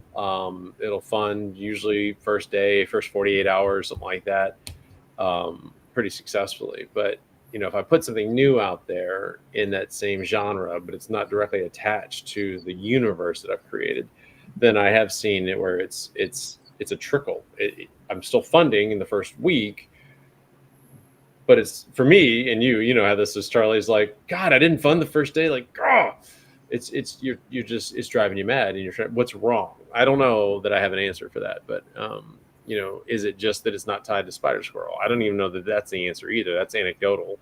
I don't have enough data because I don't have enough books. So do you guys think you know, people are jaded because it's Kickstarter and that's just what it is now? No, I don't think it's jaded. I think it's just that there are a lot of things out. I mean, when I launched the Yakuza 4, when I launched, there were almost 600 comic book campaigns running already. When I launched Spider Scroll 3, which is the third issue or the final issue, the first volume, the largest number I saw running concurrently was under 300. So that's a huge gap, and it's only been a few years. So that's a lot. I think so. One is visibility is difficult. Two, I do think that, you know, there's just not enough money going around, right? You know, the economy, as from a macro perspective, has absolutely damaged all comics to some extent. Now, I know comic stores are reporting like record years last year, and they're doing well this year, but almost all of that, if you look at the numbers, it's the accessories. It's toys, cards, it's CGC graded books. The ones who adapted, yeah. Yeah, right. My store does exceptionally well. I mean, but this week, every post they've had has been about Transformers toys, a new run of Turtles toys they got from a collection. The Super number 7s and all those. Yeah. Like basically they're hitting the nostalgic toy lines. Yeah. So, yeah. I don't think people are jaded. I think that there's more projects and there's not a balanced amount of income to support all of that simultaneously. So it sounds like I'm saying there's a bubble, and maybe I am, but I don't know. Well, I mean, it's definitely oversaturation versus economy. I mean, that's, you know. Well, I think one of the because Charlie said something interesting. So you said a few years ago you were seeing up to 600 campaigns running at any given moment, right? No, I was saying now we're seeing now versus 2 years. It's twice what it was just a couple of years ago. Really? Mm-hmm. Yeah. I mean, because I'm checking fairly. I'm on there every day pretty much. When I'm on my lunch break, I'm looking at Kickstarter. So usually I see about lunch break. Yeah. JD's like, you lunch break, you son of a. I'm sorry, dude. Like, there are laws, in the state that say you're supposed to get a lunch plate. There are laws. I think that kind of goes back to what Charlie put back to how Charlie posed the question, right? Well, we're seeing all these 600. You said 600 campaigns right now. It feels like, because they're following the trend that everybody kind of created, right? Everybody tells you launch in June, July, because that's when everybody's going to be buying, right? So everybody launches in June and July and August and all that stuff. So I mean, partly true, but I definitely see the breadcrumbs that Charlie laid down for us. Yeah, and I just checked just now. Like right now, it's actually at a low of 272, which is probably the lowest I've seen it in a while. Right. But I mean, that's what I've been seeing on a regular for the last couple of months. I think October. Yeah, leading up to October gets really, really, really right. Yeah, it starts to get a little crazy. Do you guys think that bigger companies should be campaigning on Kickstarter so they can expand the user base? Well, big companies are. I don't think it's the size of the company. I think it's more the number of campaigns that are concurrently happening, and not every person who is running a campaign a month knows how to handle that from a publishing perspective. So I think even like some of the overall quality of books has started to go down, because it's really hard to crank out good books every month. Yeah. Unless you're JD, right? I'm trying. I think that doing that monthly book, unless you have your publishing hat on and you're like working with good writers and you're hiring good artists, and then you're just becoming a publisher, right? And versus being a creator. So I don't know. I mean, I would, what you're saying about Chris saying, if you're not on Kickstarter, everyone's going to forget you.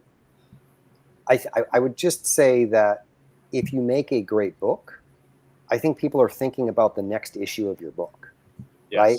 And I think there's almost too much of, I got to get the next thing out. I've got to get the next thing out. I just want like more and more and more versus building the brand so people actually remember your books. Because I do feel like also a lot of it's starting to blur together. Like if you look at a lot of the cover images, it's the same 20 artists doing most of the covers, and they're making money. So I'm not going to sort of disparage that, but it's not unique. And I think it's better for the platform when you have more unique things out there. Yeah. I mean, but there's also, because this is such a layered. I don't know, man. They're pretty badass. I don't know. Right. But there's a really layered conversation because we have a lot of people doing NSFW types covers, some of them do good girl covers, right? And then how do you separate those campaigns from something like what I'm doing, from something like what you're doing, Charlie, and both Charlies, right? And then at what point do we feel, okay, do we need to incorporate this with what we do? Obviously, I can't incorporate it with my mouse book. It just doesn't make any sense, right? But it is what it is. I don't know, furries, man. No, just no. But Daphne's back there going, yes. That's a whole different thing. but yeah, I think because we see, it's tough because how do we regulate that, right? Because you have bad actors that put out a bunch of campaigns and take forever to fulfill, or don't fulfill at all, right?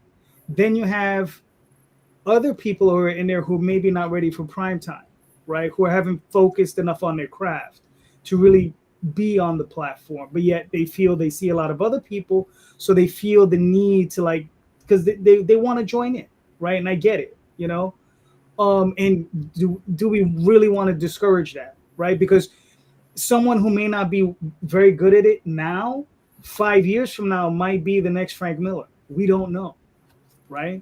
So we don't know, and that's why, there was a period of time a few years ago where I was like very negative Nancy. I was like, you know what? If you want to give up, please do, right? And I was like that for a little bit. I was just like, just please, just drop off. Nobody needs you. Nobody wants you. Nobody cares about your book. You understand? But I was like that for a little while. Now I'm like, look, learn and develop your craft as much as you can. Study, learn, put out your best foot forward. And here's the thing. Look at other indie creators. Look at the stuff you admired growing up and ask yourself, am I putting out a book that I feel would honor the person that brought me up, right? That I could lay my book next to theirs and be like, listen, man, or if you were presenting it to that person, that you could present it to them and be proud of it, right? And not be completely either disingenuous or totally out of your mind when you do it. It's one of those things where but it takes a lot of navel gazing, and not a lot of people ready for that, right? FYI, if you heard that ding, that was my wife saying, "Wrap it up." You're getting one of those too, right? Yeah. my kid just popped in the shower here, So. Yeah, I know. Sorry, guys. Yeah, we don't normally run it this long, but we got. Feel free to continue. Honestly, I can drop off if you guys want to keep going. That's totally cool. I was ready to run back into the kitchen. I'm East Coast like you guys, so yeah, it's late. There you go. But I will say, just like to comment on something, is I think also, and we just did it here, but it's okay because context matters. Is also don't be myopic in your vision of what your audience is either. Like your audience isn't just on Kickstarter. Rob is lean. I'm not lame. I'm just wise. Happy wife, happy life. Wants to wake up in the morning. But if you only sell your books on Kickstarter, then you're gonna struggle, right? Damn right. And we already talked about cons, but I'm also like I just signed this agreement with Filbo Distribution, and we'll see how this goes. It's in its nascency. I don't know if it's gonna be good or bad, but I have the margins to do it. I have the UPCs. I've got everything I need to be in a distribution channel. Now, just for the record, so everybody understands my perspective on distribution, I love local comic shops. I prefer to sell to them directly so I can minimize the margin loss. But I also look at distribution as it's a great vehicle for getting your name out there, getting your product out in front of people, building your brand further than just what you can do alone in social media. So I'm not saying take a loss and get into distribution and, oh my God, I lose $1 a book. If you do that, you're stupid. Yes.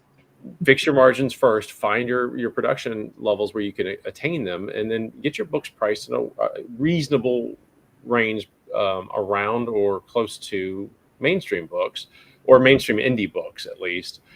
And get yourself out there if you can. I have 4 stores that buy from me directly, and it started with just reaching out to them or doing a signing or being in the area and stopping and shopping, then talking to the owners and stuff. I travel for work. I'll go to Massachusetts or I'll go somewhere in New York and stuff like that. And if I get a chance, I'll talk to some of these dealers and say, hey, would you be interested?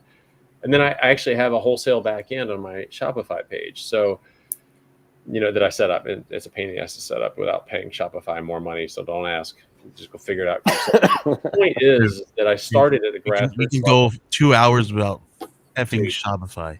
Dude. But I started with a grassroots effort, and my reach is now beyond what I could normally do. I'm hitting people that I could not touch on my own, or did not at least, and now they're following me on different channels and stuff like that. So don't forget that Kickstarter is, if you go back to what Kickstarter was meant to be for, and is to get a project off the ground, and stop thinking of it, or maybe not stop thinking of it, but don't think of it only as how do I sell my book. Then that also changes a number of things. How you market it, it changes the price values you set at above your production costs or below. Some people put their books under their production costs, and that's fine too. You do you, Saffron. But sorry, that was a quote from Annie. But I have kids. So anyway, all that to say is don't get wrapped around the axle on what we're doing on Kickstarter either, because Kickstarter may come or go. I mean, and if you're relying on a Kickstarter to be your methodology and that's the only platform you're on, I'm on 4 different digital platforms. Like, don't limit yourself. Your book deserves, that's the way you should think of it. Your book deserves multiple streams of visibility, and you deserve multiple streams of income. Make that shit happen. Yeah, I remember when TikTok went down and everybody's like, well, how am I going to make my money? All right. Go twerk on Instagram, buddy. Yeah. You guys twerk too? Wow. I mean, Rob does in a full moon. Yeah, that's true. All right. Yeah, Charlie, I just wish we had another 4 hours. Guys, I gotta bounce.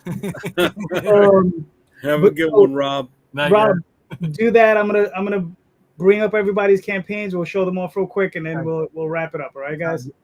Good night, guys. Take care, Rob. Good night, Rob. Good seeing you again, buddy. You too. All right. So before we go, though, we just need to decide how we as a group want to pronounce his last name. Right? I mean, do we want to bastardize it all to heck? I mean, what did he say was Multari? It's Multari. Multari or Multari? I don't know. Multari? Multari. Multari. All right. I thought it was this.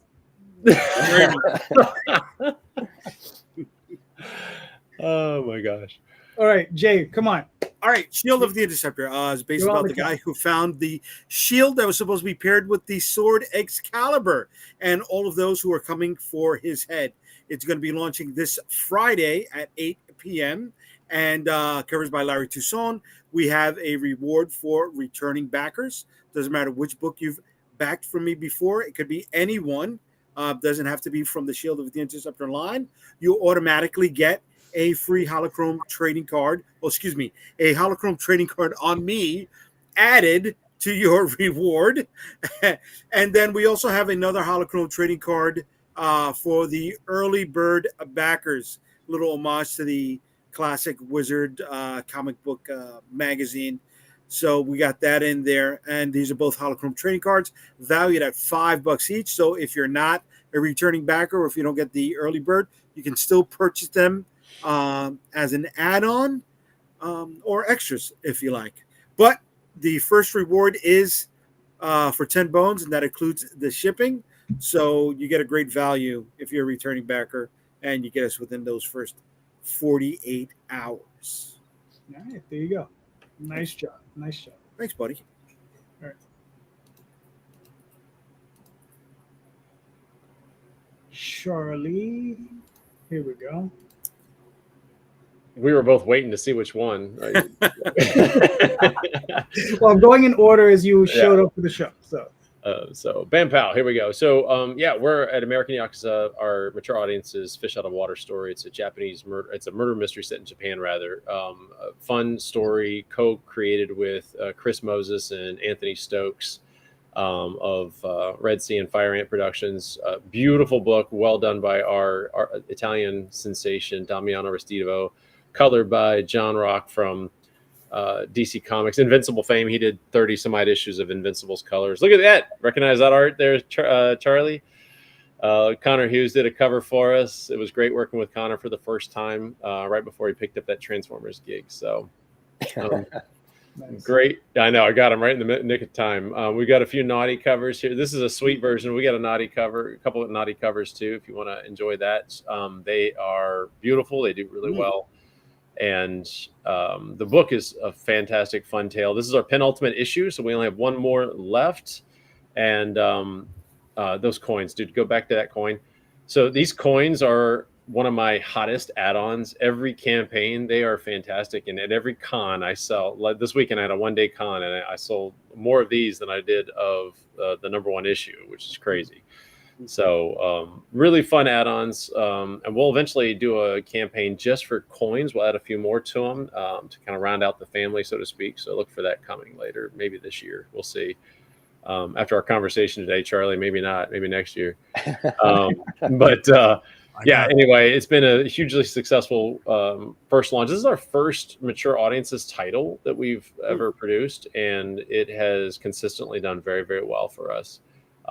Probably because it's a really good story, and I can say that because I'm not the only writer. I read this a little bit as a fan too, and it's extremely entertaining. So back it.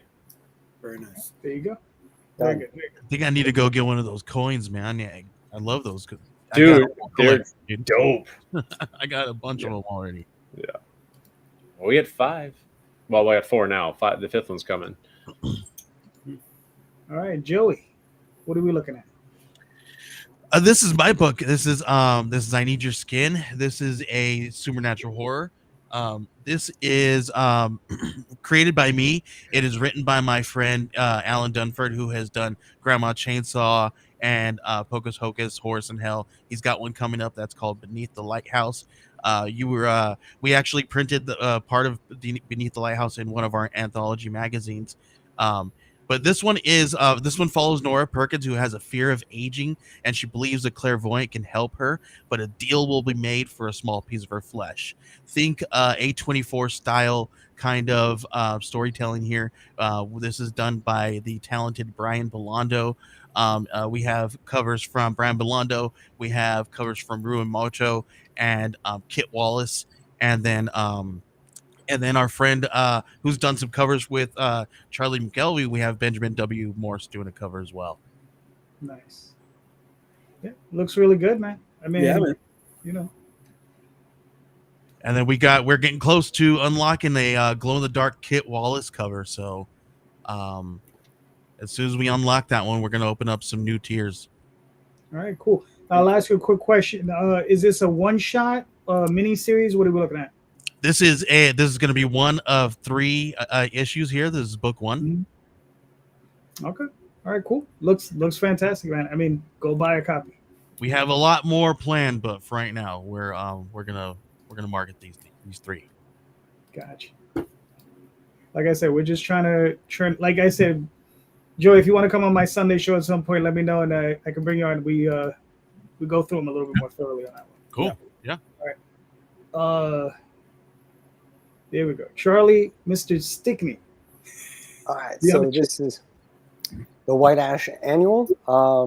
If you don't know White Ash, it's urban fantasy set in coal mining country. A little bit of Romeo and Juliet meets Lord of the Rings in rural Pennsylvania. Or imagine if the guys from Supernatural got stuck in Riverdale, but rather than battling demons from hell, they had to deal with the worst of Mordor. This is a perfect jumping on point if you're new to our world, because it's a 52-page book with 4 self-contained stories to give you an introduction to some of the different characters in the book. That said, even though these stories are all standalone, they're also canon, and they do sort of help flesh out the past of some of the different characters, and it's all part of one gigantic narrative. So we got 4 different stories, some really great covers. It's a huge team, so if you like what you see there, just go and flip through. I couldn't put the number of names on the cover because there's just too many people who are involved in this, but just off the top of my head, Amy Chase, Tango, Jason Murr, Steve Cannon, Finn Cram, Mick Bayers, a lot. I'm really thrilled with how this turned out. I didn't write all the stories in this, so again, I can also say they're incredibly well written, except for maybe one, which I wrote. You can judge for yourself, but there's some fantastic artists on it, and really just proud. And this book is also finished, so there will be no delays on shipping. We will be shipping this out at the end of next month. Nice. All right, very nice. Very nice. Oh, and just last thing, the early bird specials end tomorrow morning. So tonight's a great time to pick it up if you want to save a little money. There we go. There you go. Awesome. And So- thanks for having us on. No, listen, anytime. Now, one question. I know this is a long-standing series. Do you have an ending for the series? I'm just curious. I do, but it's way down the road. Way down Like if you were to think of this as a TV show Mhm. and like a 5-season arc, we are still about 2/3 of the way through the first season. Oh, okay. Okay. So we will get the Barnakin definitely before the series ends. Yes. Okay. For anyone who's waiting for the bar napkin, that's going to be going out with Galarian 4. I'm sorry to bust you. Yeah. Gotcha. All right. I'll put this up real quick. This is my next campaign. It's in pre-launch. This is the Oswald Chronicles, issues 1 through 4. What my eyes see, I cannot tell. This is where Oswald, Jesus Christ, everybody. No. This is where Oswald he's ruling an empire in Dream, and he is telling the story of when he first fell in love with his wife, and the troubles that he had to go through fighting off the church that these people were once worshiping, and how he's fighting against that church. So, yeah. Wait, And this then- is issue 4? This is a collection. This is issues 1 through 4. This will be issues 1 through 4. It's a limited series illustrated by Jade Gonzalez. And I have an alternative cover by Jose Garcia. And that's pretty much it. This will probably be coming in another 3 weeks or so. And that's that for that. All right. One more thing. I got one more thing in there. All right. Jay, I'm going to pull it up. You got like 2 seconds. All right, we got 2 seconds. Go. We're going to be launching the action figures in the end of September. So get ready. We got 6 available at launch, and there are 3 more that can be, well, maybe 4, that can be unlocked with stretch goals. I hope to get this funded before the wife kicks me out of the house. All right. Cool. Those look great. Thank you. They do really look. Yeah, they look awesome. They were jamming. I love them. All right. I love them. Gentlemen, we went way over, but here we are. So way over, Rob had to go. Chump. Anyway, so let's start with Joey. Joey, where can we find you and your work, sir? You can find me anywhere at Joey Galvez 1984, and just find me on Kickstarter at Geek Collective or geekcollective.net. All right, cool. Charlie Stickney, where can we find you? You can find me, Charlie Stickney, at Blue Sky and on Twitter, White Ash Comics on Facebook and on Instagram. All right, cool. Charlie M, where can we find you? You can find me right here at Charlie McElvy at all of the socials except for Instagram because they went stupid. So put a dot between my name for Instagram. You can also find me all over Kickstarter. The current campaign is also listed right down there at American-Yakuza.com. It'll take you right to the Kickstarter page, no matter which campaign's running for Yakuza. So yeah, go back the book. You got until Friday, and we're already funded, so we're in stretch goals. You can help us unlock some more. All right, cool. Jay, where can we find you and your work? UnstoppableComics.com. You can find all my social media links on the website and also whatever else we are promoting at that time. Then on Friday nights, you can catch me on YouTube, Comic Book Streamland, 8 p.m. Eastern. You guys are welcome to jump on if you want to, chew the fat. And then Sunday nights with this guy over here, trying to bring some light into this world.